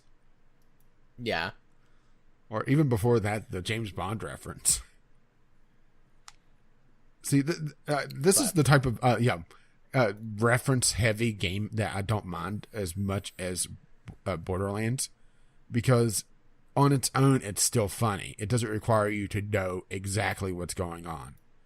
If you came into the king's throne room and you saw this huge convoluted machine to kill the king, instead of just killing him, it would still be funny. Yeah. But hearing them yell, "Double rainbow, what does it mean?" It doesn't make any sense if you don't know the reference. Whoa, double rainbow. That's a deep pull on the internet, man. That's from like that's one that I could think of immediately from Borderlands 2 that's in the game. Yeah, I don't remember that from Borderlands 2. I mean, I just don't remember it. So, I mean, that does help make your point. It's like, that sort of thing is not really memorable, and if you don't know what it is, then you won't get it, but yeah. No, I think the James Bond reference was my favorite, with the convoluted death machine. And you kill him by shooting the guy that's on the bicycle powering the machine. Yeah. And when you never actually kill him, you knock him, you knock the bicycle loose and it takes off. Doesn't he go crash into a wall? He crashes through a window, but he's fine. Maybe. Probably not, if I'm honest. Come on, with all the death and destruction in this game, do you think they would just kill a random guy on a bicycle? Yeah, yes. They would, wouldn't they? I wonder if it'd be better for you to play with just me, just the two of us. I don't know. Maybe less chaos to let you learn the game. I mean, I think I got a pretty decent handle on it. Next time we play, whenever that is, I'm definitely going to do someone different than Space Marine. But otherwise, I think I got a pretty decent handle on how to play. It's pretty straightforward. Yeah, the only thing that it's one of those things. It's simple to learn, but maybe difficult to master all the potential combos and the best situations to use them in. Plus, memorizing a few of the the actual spells or whatever. Yeah, because some of them are very tough, because the big one is I think Rainstorm is probably the toughest, or the that big fire spell, because you have to hit like fire, water, fire, water, water, fire, water. Or a very precise sequence. Or the meteor storm is also a bad one, where you have to create a steam, and then you have to create a fire, then another steam. Yeah. And sitting there and just doing outside of combat's fine, but whenever you're trying to do it during combat, it becomes a little bit more difficult. Yeah, that one took me a little bit to try and get figured out, because I was like, I just didn't like notice it first, like, because the icons are pretty small. I was like, is that steam? Like, it took me a little bit to figure out it was steam, because it looked similar to, I believe, the lightning icon. Mm-hmm. And so it kept canceling it out. And I'm like, what am I doing wrong? But then there's also things like, if you're wet, if you try to use anything that has lightning in it, you shock yourself, and you don't actually start charging the spell. Yeah. So then you have to light yourself on fire to put out, or to dry yourself off. But, yeah. Or you get frozen a lot easier if you're wet into just a solid block of ice. Yeah. I mean, it's got a lot of, like I said, really interesting concepts, but there's lots of stuff that I didn't like about the game, so. Yeah, see... not a good game in my... Yeah, I really like Magicka, but the thing is that it was just having so many technical issues that it wasn't a good night to show it off to you. Which is disappointing. That's okay. I mean, like I said, I played again, so. And then let's see. Last game on our list is Defcon, which we played last night for community game night, which is another game I had never played before. And another one that I played a fair amount. But I got it figured out pretty quickly, but the way that the game plays out, I wasted essentially the first 3 phases learning what to do. Yeah, so all of my stuff was way out of position when the actual... Well, I was going to say, Defcon is essentially the ending sequence to War Games, the 1982 movie, where it's playing out a global thermonuclear war. And our game, if you don't account time acceleration, was like 2 hours on the game clock? Actually more like 3 or 4. It was closer to 3 hours. We did a lot of time acceleration there at the end. No, I was talking about the actual game timer, not how long we. No, yeah, that's what I mean. Yeah, it was like somewhere between 3 and 4 hours on the actual timer, because towards the end we started doing a lot of time acceleration, because it's like, well, just waiting on all the nukes to fly across the map, because everyone's out of whatevers, so we just gotta wait. Yeah, and it's a very rock, paper, scissors game where the different fleets, different makeups beat certain things. Carriers are very vulnerable, but are able to send out fighter groups or send out bomber groups to be able to launch a shorter range nuke. Battleships are able to defeat carriers really easily. Carriers are able to defeat subs by dropping bombs. Or just, surface fighting. Mm-hmm. And then submarines can launch medium-range ballistic missiles, and then also they're pretty effective against, is it battleships and other submarines in combat? I think so. But they're also able to set their sonar to active to be able to hunt down other submarines a lot easier. But it also makes them more visible. Yeah. I mean, it's a very simple game in concept, but there's a lot going on at any particular time. Once you get to, I would say, Defcon 3, because you're trying to maneuver into position and also try to scout out the enemy. And during different phases, different things are allowed to happen. Like in Defcon 5, fleets are able to move out, but like Defcon 3, I think it was, you were able to launch fighters to be able to scout. Yeah, I think in Defcon 1 and 2, you can just move fleets around. No, it counts the other way. It's 5 to 1. What did I say? You said 1 and 2. That's when nukes. Oh. Yeah, I knew it in my head. I promise I knew it in my head. I just said it backwards. But I guess I'm thinking like in phase 1 and 2, which is Defcon 5 and 4. And that's where it crisscrossed in my brain. But in 5 and 4, it's what? You can just move fleets around, and you can like communicate with other players to, I guess, try and set up alliances, although we were playing on a team against the AI, just because, I mean, I'd never played it before, and you had not played it in a long time, and I think Cube, he played a game with Kyle earlier, but I think he said that was the first game he'd played in a long time. So we were all like, let's team up. And honestly, it was a lot more fun. Yeah, I guess in the first 2 phases, it's just maneuvering and posturing. And, and the thing is that fleets move very slowly, and subs move even slower. Yeah. So and also Defcon 3, Defcon 5 is whenever you set up your infrastructure. Oh, okay. Yep. And then Defcon 4 is moving, and then 3 is also moving, and then you can launch fighters. 2, you can start having combat with naval units, and then in Defcon 1 is when you can start using the nukes from your ICBMs, your subs, and then the carriers, bomber-launched nukes. Yeah. So, I mean, the goal of the game is basically just blow up the most shit. No, actually, the goal of the game, most of your shit without being blown up. The goal of the game actually is to lose the least.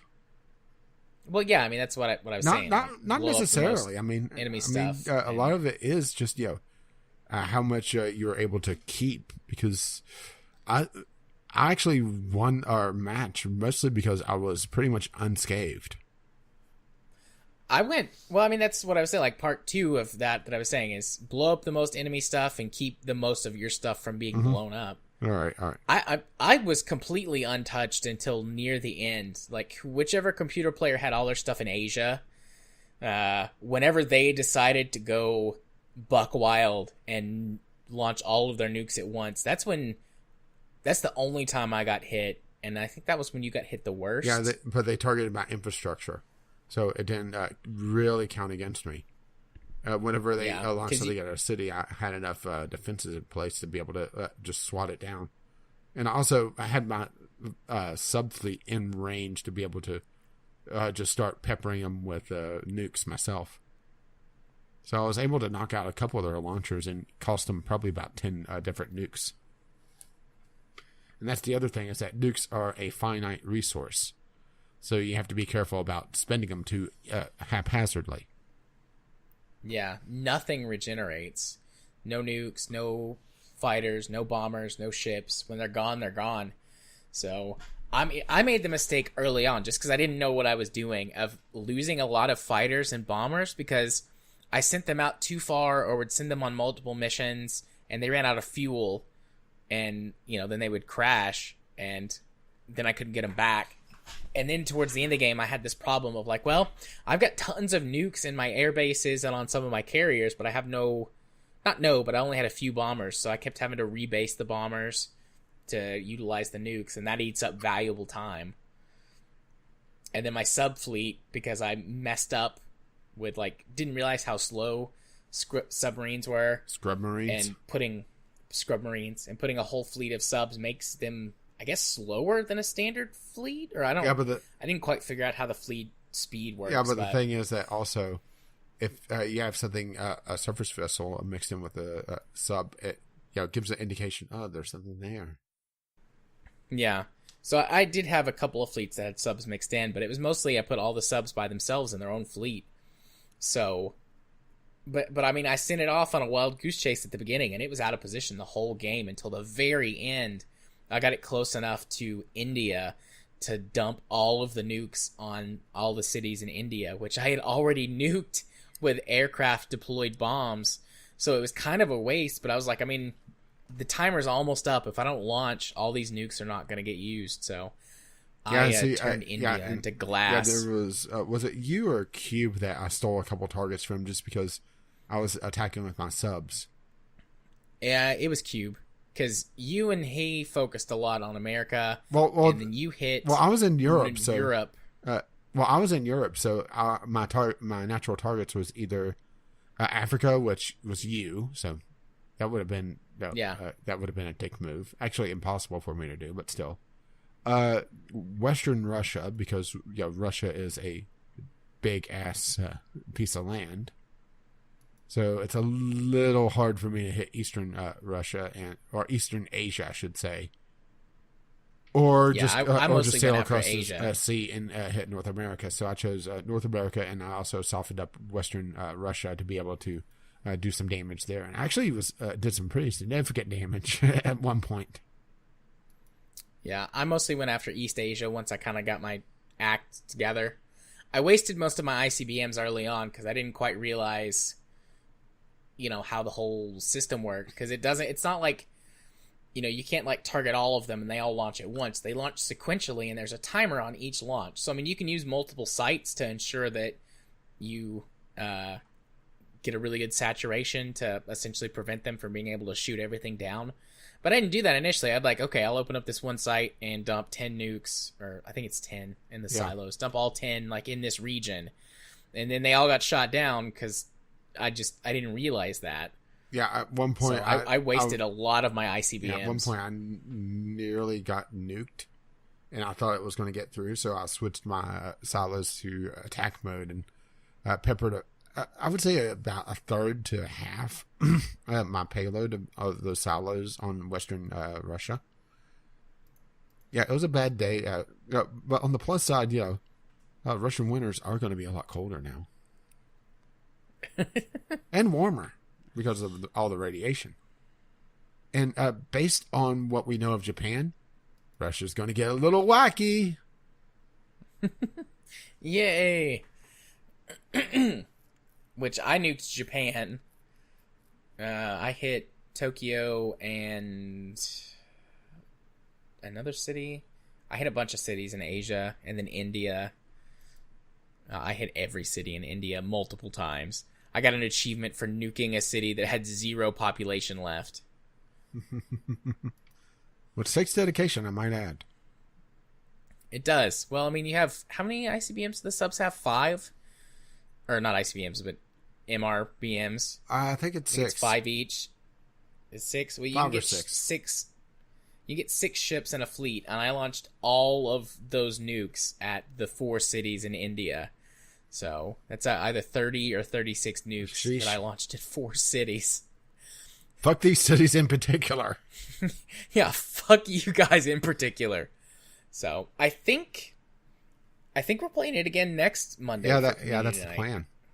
I just want to Okay. play against AI again because it's more fun just sending bullshit instead of having to try to strategize. Yeah, we were doing a little bit of strategy there. Yeah, but it was more coordinated.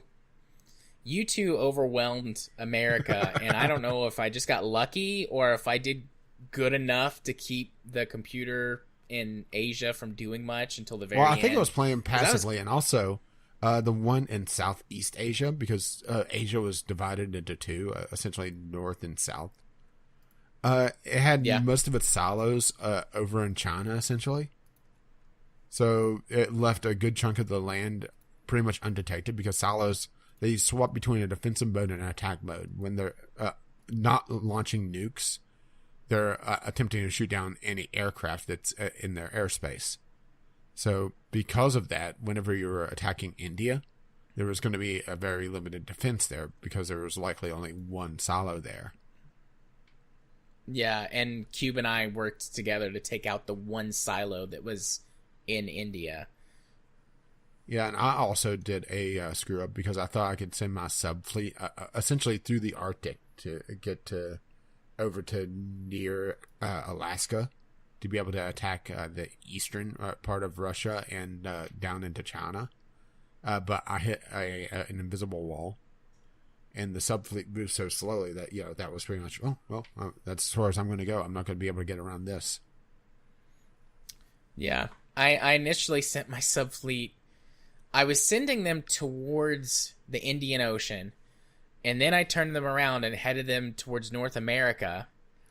And then, once you two had basically wiped out North America, because Cube was South America, I turned them around and headed them back towards the Indian Ocean. So they basically just did a big old loop. But they, like I said, they managed to get close enough to India, like just barely in range. But I was like, fuck it. We're in the countdown timer. There's like 20 minutes left. Gotta launch them. Yeah, I was saying there with one of my sub fleets there in just off the coast of New York, waiting for a distraction and be able to just pepper the eastern seaboard. Yeah, and this game, I mean, it takes a long time. I mean, you'll wait. Even the short range ballistic missiles that launch from bombers, you'll wait. Well, the thing is, we weren't speeding 4 or up time. 5 minutes for them to hit. Yeah, but I mean, if you're playing it at 1x speed, although it does have a real time mode, which what was that, work mode? Yeah, work mode Something like essentially stretches the game out to, I think it's 8 or 10 hours. It's meant to be played over LAN, like an office, which would be hilarious. I'm gonna try and play it at work one day and just see how it goes. Just issuing orders and then leaving it, because the thing is that, like, if I'm seeing clients, I can't look at it but once every 30 minutes to an hour, so things might still go really badly. Well, hey, look at it this way. Depending on the client, it may either really interest them or really spook them. Yeah, I can actually think of clients who it would go both ways on. But yeah, I don't... I think that's about it for the end of the world as we know it. And I feel fine. Well, that's a first. So let's see if we can keep the streak up. Or sorry, do it again next week. Then that's a pattern. Then if we do it 3 times, that's a streak. Woo! And hey, we're right at the 2-hour mark. Indeed we are. So let's, unless you need a quick break, let's go ahead and... I wouldn't mind get through our at news least getting up and topics. stretching for a moment. So, quick Okay. break. That's fine. Quick break. The news. Moving on to our first news topic of the night, the day, whatever. Activision Blizzard lays off 8% of its employees. Now, this news broke last week, but because we didn't record last week, well, we're getting to it now, and this is a big topic that we didn't want to leave out. It's such a shame that Activision Blizzard is struggling and they're not having, something like, like record revenues or anything. Like, what is it, 60 billion in revenue? And yes, revenue is not the same as profit. I understand that. But if you've got $60 billion coming in, what the fuck are you doing if you're losing money? Are you the U.S. government or something like that? Yeah, you see what I did there? Zing! Hey, those flights to Florida to play emergency golf don't pay for themselves. Yeah. Hey, Oh, no, I'm sad. You brought it up. I did. This one's on That's me. on you. So essentially... Until the shutdown actually happens, then you blame the Democrats. Yeah. Right. So essentially what happened is that... what's his name?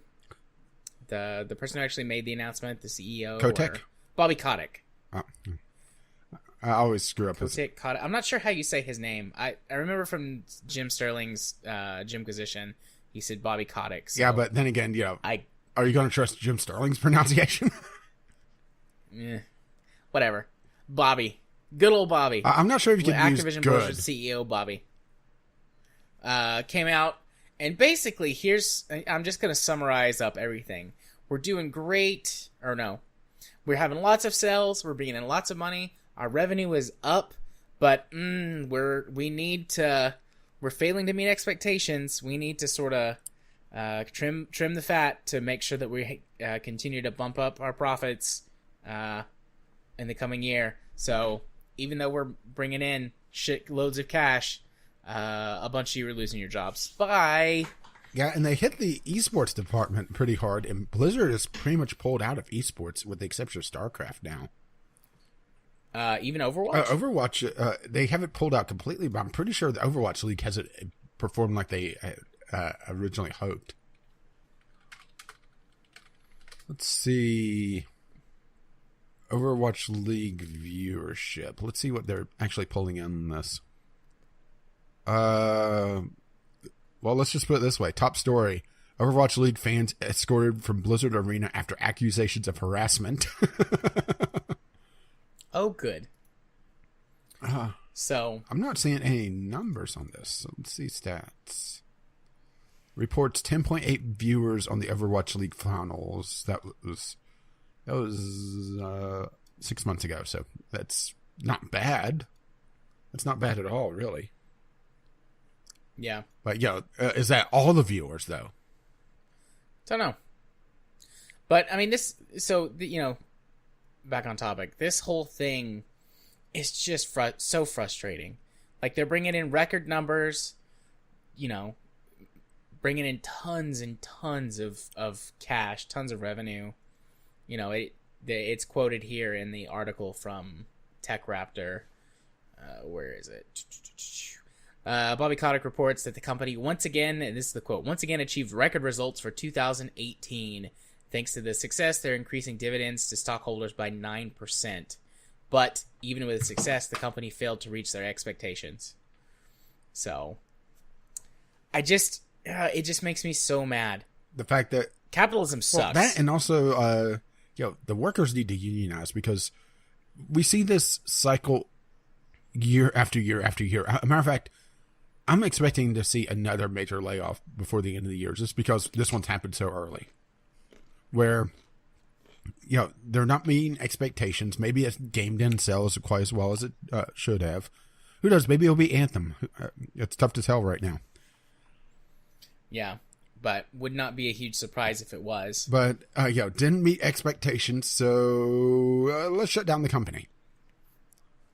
Still making profit, but not making all the profit. Yeah. And another thing is like, this is covered very thoroughly in the Jimquisition, which will be in the show to notes. Go watch that.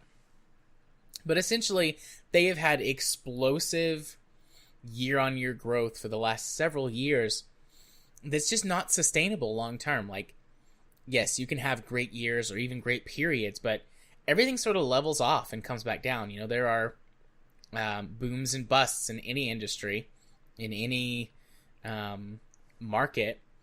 And if you're riding high, you won't be for forever. And you have to make plans for long term. Okay, what are we going to do when we have some bad years or bad seasons? Yeah, but the video game industry doesn't think long term. They think short term.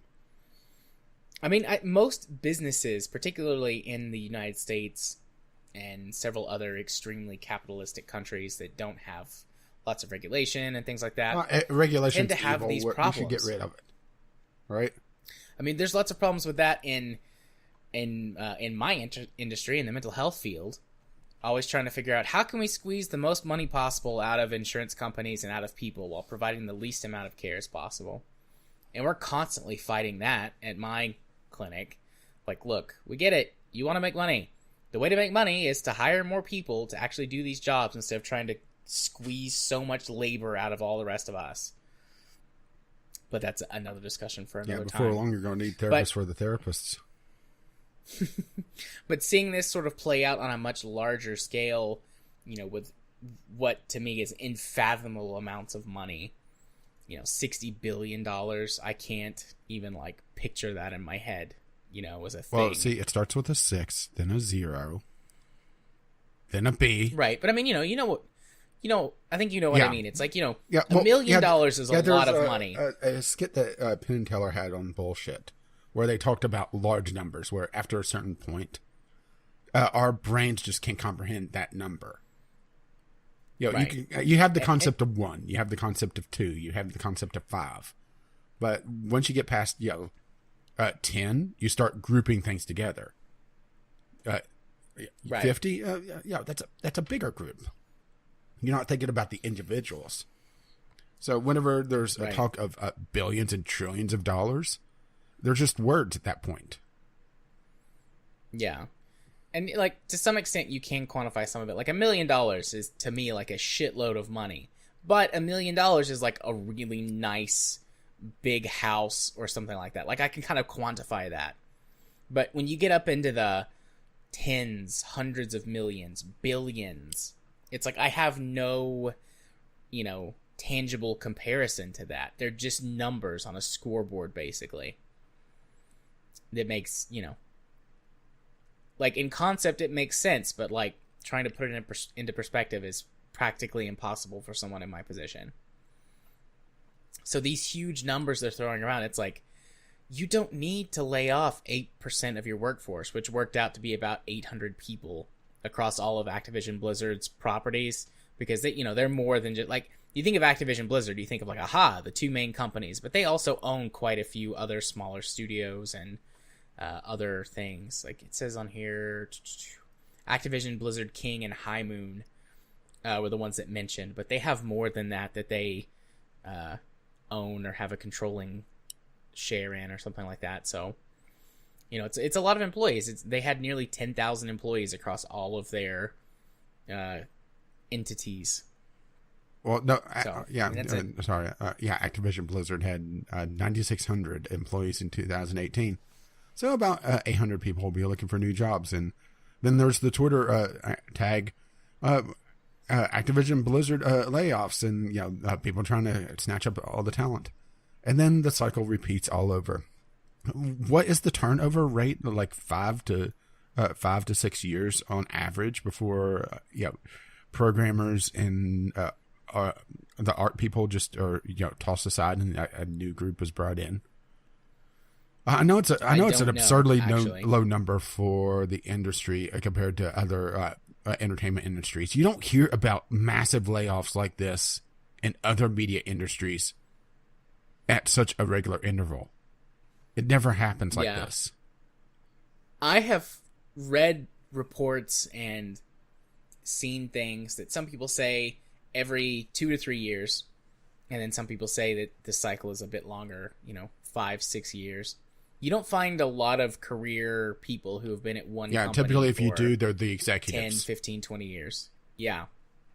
I think that, what I've read and seen just comes from different devs are, I don't know, worse about it. Like, as soon as they're done with a project, they'll dump everyone, except for maybe like a few key staff or like their upper management or whatever, and start from scratch for their next project. And then other devs will keep people on for longer, but the cycle is still relatively short compared to most careers. Although I'm not sure how much of that can come down to just that. There are some trends that you see in a lot of industries where the young people are staying with jobs for shorter amounts of time, particularly in America, because pay increases, raises don't keep up with inflation. And also your insurance is tied to your job. Yep, packages, like benefits packages and things, don't ever get upgraded or rarely do. So it's actually better, more economical for you to just get a new job somewhere, because the starting salary will be higher than whatever yours was, because the starting salaries do account for inflation and things like that. So that is a trend that we're seeing more and more with millennials. Us damn millennials ruining everything. With your avocado toast. And wanting to be paid a living wage.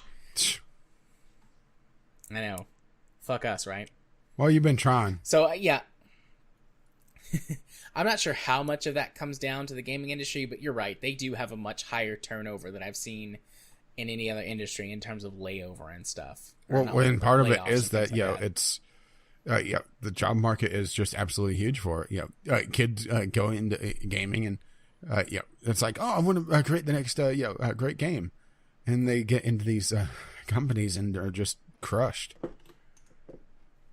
It's really depressing whenever you think about all the hopes and dreams that just get crushed under EA's boot or Activision's boot or even Ubisoft's boot. Pretty much any of the major groups. I almost went that route. I almost went to school for game design. But it was right at the cusp, I think, of when this really started to become a noticeable trend. Mm-hmm. Like in the, because I went to college in the late 2000s. I started college in 2008. So, right then around that time when some of this stuff was just starting to become noticeable, or I don't want to say it just started happening then. I'm sure this has been going on for a lot longer than we realize, but due to the growing number of games journalists and increasing coverage on stuff and gaming becoming more mainstream, like I started to notice it, and I was like, well, I don't want to do this. I want something that's more sustainable. So I went with therapy. Became a therapist, which is not a very high paying career generally. But I'm much more satisfied with my work, and I don't feel the crushing pressure of being forced to work. Yeah, you would think you'd have to be crazy going to it. And I'm not constantly in fear for my job, basically. And a lot of game devs, that's what they say. It's constantly worried we're going to get let go, or, the project's coming to a close. Are they going to hold on to me, or am I going to be looking for new work and have to move again or whatever? Like, I've seen tons and tons and tons of stories about that. Some, a lot of them in the wake of this. Yeah, that's part of the reason why you see all the game devs just start to group together at their headquarters.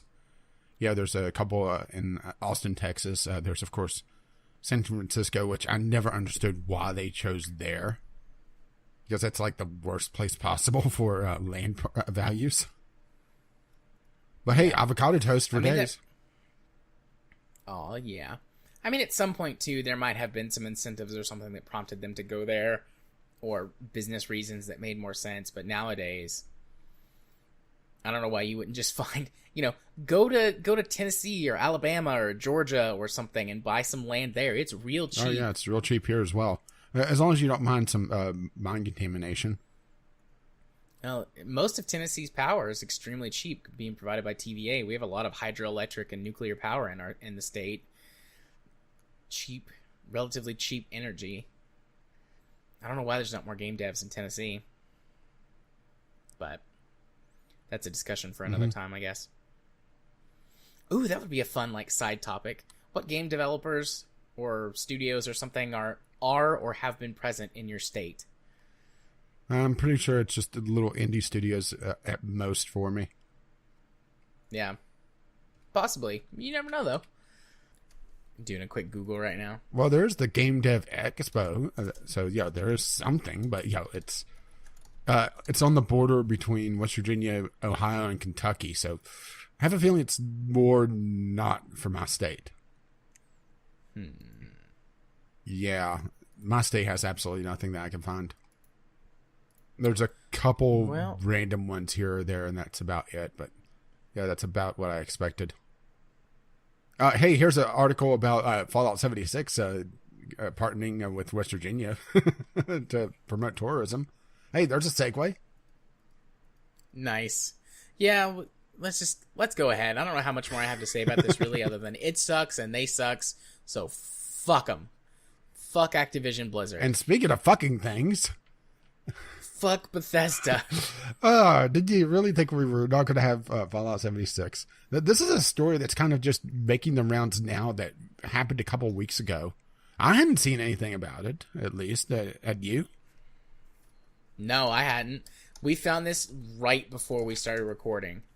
You were looking up something on YouTube. Yeah, it was Young A's video about Anthem, about the grind wall that you hit during the main story. And you didn't believe me on just how bad it was. Well, I mean, I just didn't know. But I saw this and I just froze. Bethesda broke their promise that Fallout 76 microtransactions would be cosmetic only. Who's surprised? Raise your hand. No one? No one? I don't think Bueller? To be fair, I wasn't expecting it like this. I was expecting either those fabled lunchboxes that we keep seeing pop up, or the card packs. But no, they went even scummier route. What they did was, at the beginning of the month, they had a set of costumes called the Outcast, it was? Or no, the Unstoppables. And the Unstoppables are a group of superheroes, I believe, in the Fallout lore. This is the first I ever heard of them, so maybe it's new with Fallout 4 or Fallout 76. So some of them have been in previous games, like Grognak the Barbarian. Okay, I do. I didn't realize he was part of this group. Yeah, I don't know how much of it has been flushed out in lore previously. I do remember the Grognak comics is the most in New Vegas. Now that I think about it. Yeah. But they had cosmetics. Yeah, big surprise. They patched the game and probably broke something and put in a bunch of cosmetics. But in this event, if you were wearing a costume of one of these 5, you would get a 15-point health buff. And if you were... Which you think 15, and you're like, that doesn't sound like very much. But actually, based on, we looked at the table, it's the equivalent of 12 points. Well, no. That's with all the because this buff stacks. Oh, that was all 60? Yeah, That this was all buff 60. stacks. So if Okay. you have a group of 4 people, and they did something insidious and made it so that it was unique costumes, so you would have to coordinate, you would have a 60-point health buff, which was the equivalent of about 10 or 11 points into the endurance stat. Or to put it this way, it was 10 health points more than the biggest HP buff in the game. Or I should say the baseline HP buff in the game, because I'm not sure if they have another HP buff beyond Buff Out. But Buff Out has a 5-minute timer on it. This is permanent for during that event. And of course, to stave off the pay to win cries, they did make one free, but remember, it's unique costumes. So if you have a friend and you're using the free one, well, they're going to have to pay up, or vice versa. Incredibly scummy, huh? It's just, I don't see how people are looking at this and saying this isn't pay to win, because this is a huge advantage. It's definitely, buy power. You're buying power.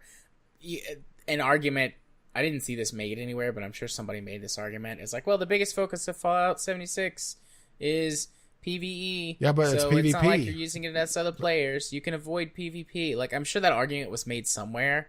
So, sure, technically not pay to win, but it's still buying power.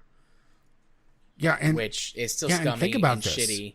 Okay, the base HP in the game is 250. You have a group of 4 people with the 60. Then you put on the Buff Out, which is another 50. So you can get essentially roughly a 50% boost from the base health. Yeah, I mean, that's just absurd. And people are saying this isn't buying power? Really? Yeah, if you go look at the 2 subs, just the general Fallout sub versus the Fallout 76 subreddit, there are 2 distinct narratives around this, with Fallout 76 being like, oh, it's not a big deal, don't worry about it, you're just whining. Yeah, Stockholm Syndrome, I think. Whereas the general Fallout subreddit is like, yeah, this really sucks. They lied to us. They said they weren't going to do this. I don't care if it's a limited time, it's still doing it. Plus the fact that they did it for a limited time thing once is a very strong indicator they'll probably do that again. Or they have something else planned and they were testing the waters, and they looked at the subreddit and it's like, that. I mean, I'm just looking at some of this, and there's people here talking about the irrational fear of the Fallout event. It's just, I don't understand how people could rationalize being screwed over like this and being blatantly lied to. All right, if it's one thing that if they had to pull a feature or something, that wasn't going to make the cut, or they toyed around with it and it didn't work out, that's one thing. But this is pretty blatant to me. This is just cut and dry. We're not making enough money on this. We're going to go back on this promise, and we're going to start selling power. Yeah, it's very, very shitty. I mean, just another reason for me to not get this game and play it.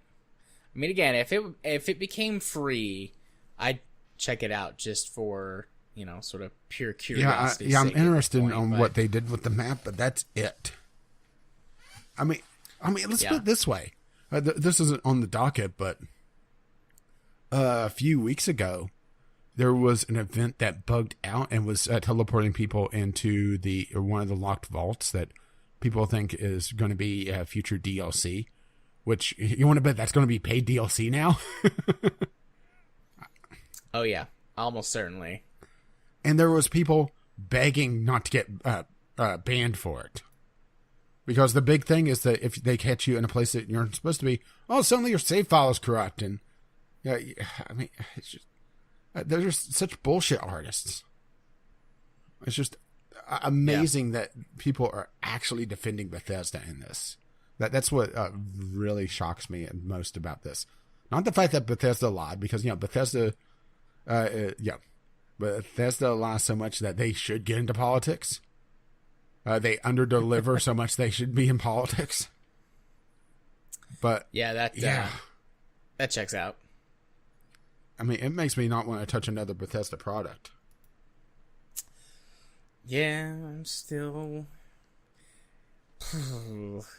It gets harder and harder for me to be like, yeah, I mean, they suck, but I still want here's the thing, Elder is that Scrolls 6. This isn't a problem unique to Fallout 76. Fallout 76 just magnifies all the problems that Bethesda has internally. Because they rationalize bugs that should be fixed, because it's kind of funny whenever this particular thing happens. Okay, maybe once in a while, but they do it over and over and over again. They break their own stuff over and over again. They expect the modders to fix their stuff so much that I think that they had some sort of autopilot on when they released Fallout 76 and expected the modders to fix the game. I really do. Because that's the only way I could explain the game launching in such a poor state that it's hard to even call it a AA title, let alone AAA. There's so many things in Bethesda's corporate culture that's Fallout 76 has shown a light on, that's been in place for years, that it's hard for me to really rationalize, be able to support them anymore. Yeah. I mean, that's fair. That is totally fair. The thing that I typically go with, and I agree with what a lot of, pundits and things have said, is it's like, the stuff that makes Bethesda games enjoyable, despite all of those things being, their particular brand of storytelling and world building and stuff like that, is not present in Fallout 76, which, yes, it does magnify all the problems that they have. But being someone who's very much a story, gamer who likes the types of stories that Bethesda tells, while not perfect, like, in no sense of the word are perfect, but, that stuff is stuff that I'm still very much interested in. Yeah, because I'm a gameplay guy, I absolutely hated Skyrim. Yeah. If I threw enough mods at it, I could probably get it to tolerable. But, there's only so many mods that the game could support until it just crashes because of a buffer overflow. Right. And mods can't fix everything. No, but mods can fix lots of stuff. Yeah, Bethesda's tried to show For that sure. one to be true, huh? Yeah. Yeah. So, Bethesda sucks. Again. Hey, how about another company that sucks? Hey, you go for this one. Maybe we should have added a positive news topic on this. It's fine. We talked about a lot of games that we enjoyed, so this is to counterbalance that. Also, it's my fault. I talked about a game I loved, and suddenly all the news sucks. Yeah, this week, I get to blame you. It's your fault. Usually it's my fault. We could have added the Disney article. Nah. So, Civilization 6 Steam end-user license agreement changes to allow for data collection. So anyways, with the most recent expansion, DLC, whatever, for Civ 6, they made some changes for the EULA, and it is running data collection in the background. Again. Again. Is this an opt-out system? Like, you're opted in by default and they opt out? Or is it's just on. On all the time, period? I think it's just on, because I haven't seen anyone talk about a way to disable it. Yeah, I haven't seen that either, but I was just wondering if you knew before I was like, it runs all the time and you can't turn it off. Yeah, I'm just double-checking to see if there's any info on that, but I'm not seeing anything. It's just, people are talking about a process running in the background. Yeah. So I'm just going to read the quote that's in the article.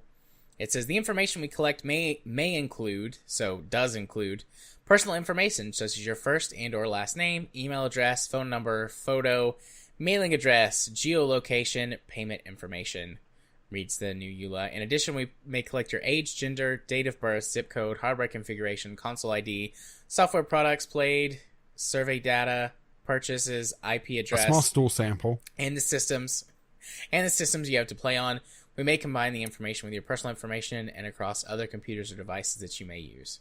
So, I mean, it's basically, hey, we're going to collect all and of this your is data. combined their new EULA with the Take-Two EULA. So if you look at I just wanted to make that perfectly clear. If you look at the Civ 6 EULA, you won't see all of this, but you will see part of it, and then it's tied into Take-Two's. So, damn, right? Yeah, some of this stuff is fairly common, like information about your hardware, your usage or play stats. Yeah, but mailing addresses. Yeah, even like IP addresses can be pretty common, things like that. But mailing address, photo.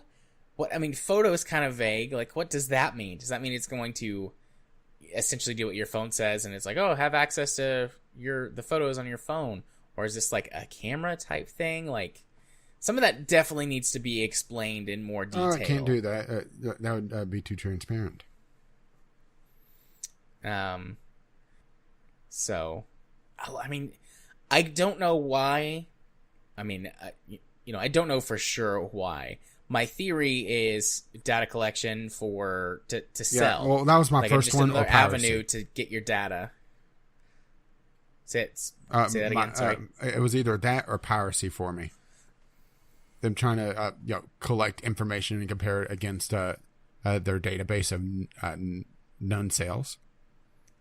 Gotcha. That makes sense. I didn't think of that. I'm also always thinking data collection to either do, some sort of targeted advertising or figure out things like, optimal pricing or whatever it's called, where they try and figure out exactly how much you'll pay for something and then specifically market that to you, as opposed to just having like blanket pricing for things. There's some people that are saying that this was done months ago, but it's just now making the rounds, which I'm not 100% certain on when they changed the EULA.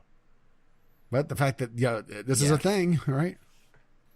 Yeah, it's very possible they could have changed it previously, and then just whenever you got the new DLC, it like prompted you like, here's our new end user license agreement. And most people just skip through it because that's what most people do. Well, that's the thing. Here's the thing: is that it's impossible to read all the EULAs. Think about it. Think about how many end user license agreement you've agreed to in the last year. How long would it take you to read that? A long time. It's actually some of the shorter ones I've seen are probably in like the 40 or 50 page range. Yeah. It's just impossible to read all this. So a lot of this is being parsed by computers to find this crap. There was I can't remember the study now, but it was determined that it was physically impossible to read all the EULAs that you're required to agree to completion, and this was back in like the early 2000s. Yeah. And they get longer and more all the time. As far as I know, they've never held up in court.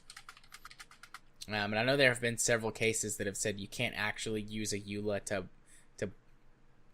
bind someone if they go to court. But I don't know if there have ever been some cases in other places other than the States whether a EULA has potentially been found binding or if that has changed. Okay, according to... So it's like this here's weird... one article that I just found on a quick search. Sorry to interrupt. You need 76 work days to read all the privacy policies each year. And that's just the privacy policies.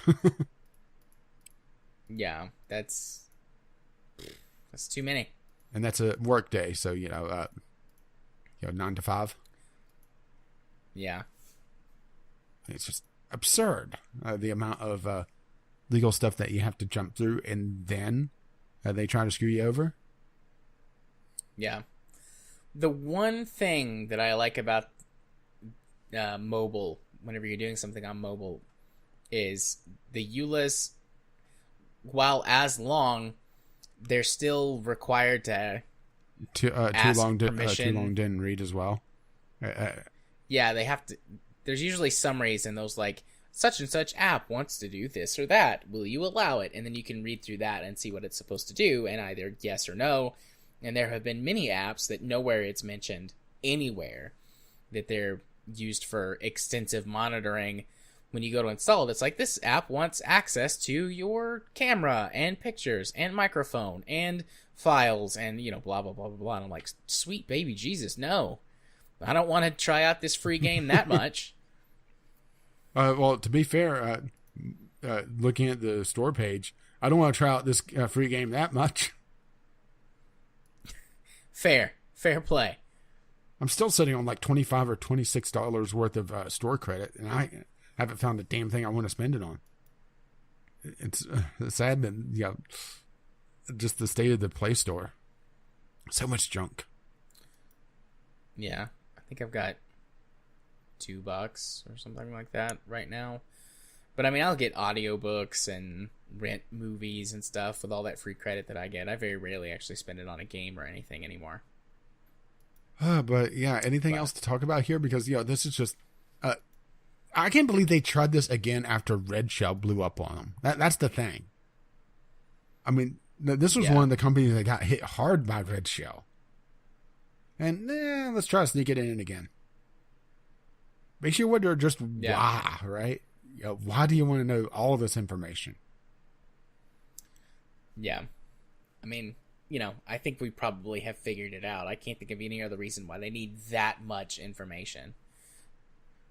So, I do want to say, like, yeah, I do want to say to the people in our community who regularly play Civ 6. Well, I pasted this article in when I found it originally into the Discord. Yeah, I remember that, and there wasn't really much said about it at the time, but that was, last week sometime? So, you know, what do, guys? What it do? Does this bother you? Or do you not care? And either way, like, why? Why does it bother you? Why do you not care? I feel like the answer of, you know, it bothers me seems more obvious, but, you know, I might not be in the same wavelength. Maybe there's something else that it bothers you about it that I haven't thought of. And then especially if you're like, I don't care, whatever. Like, why is that? I would love to know that, because this bothers me. Like, I probably won't, unless it changes, I probably won't play Civ 6, because I don't, like... I'm not naive. I know that there's tons of my data that I don't want out there, but I'm not just going to, like, easily hand it over to people who might not have it. So, I'm just not going to bother with it. But yeah, I think that about wraps it up for us, right? Also, I'm from the older school internet guys where we were told never use your real name online. They'll come and murder you. Yeah. And now it's just, everybody posts all of their information on Facebook. Yep. And also start bickering at one another because, it's Facebook. Yeah, I'm watching them bicker back and forth about the teacher strike. That's fun. I should make popcorn and just, watch the Twitter feed. Or just fire up Netflix and watch something good. Yeah, that would probably be the better option. But yes, that does pretty much wrap us up for the week. We'll skip Discovery Queue. We didn't get anything for Community Corner, but we do need to call out the email and the Twitter. So why don't you go ahead and do that, Rich? VGLpodcast@gmail.com or VGLpodcast on the Twitter. And we do have our Discord, which is on the website, VGLpodcast.podbean.com. Indeed. And also, just a reminder about our weekly community game night, which is on Monday nights, usually starting at 10 p.m. Eastern. At least it has so far every time. I post a little something on Discord on the day of about what game we're playing. It's just like a reminder. But almost certainly going to be Defcon again this week. So, I mean, up to 6 people can play Defcon in a game. Yeah, but honestly, I would prefer to have at least one AI to beat up on. Yeah, our plan was to team up against the AI, but, we'll see how many people show up, and we'll figure it out. So that's what the intent is for Monday, is to play DEF CON again. So, I guess that's everything, except for the part of the podcast where that I go first. If you want to find my stuff on YouTube, you can do so by searching for Gaming Psychologist. if you want to follow me on Twitter, you can do so at JMA4707. I post all kinds of things on Twitter. Sometimes something funny, sometimes something political, sometimes stuff about tech, sometimes silly pictures or links to really interesting YouTube videos. Then I lost my stride. If you want to be friends directly with me on Steam, maybe ask me questions about games, do some trading, something like that, you can do so by sending your friend request to jarthur4707 on Steam. Enjoy chatting with people on there, but as part of our community focus going forward into the new year, also would love to chat with you guys on Discord, which we just said you can find at vglpodcast.podbean.com. That is, find the link to it. Or, if you don't want to do that for some reason, you could always just message one of us on Steam and be like, hey, can I please have just a direct link to Discord, which we can generate those for you. So no worries there either. What about you, buddy? Well, first of all, the password for this week, because you kind of rambled there for a bit.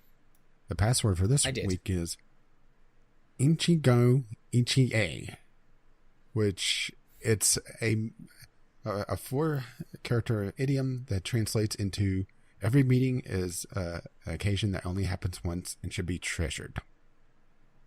I thought it would be something interesting for Yakuza.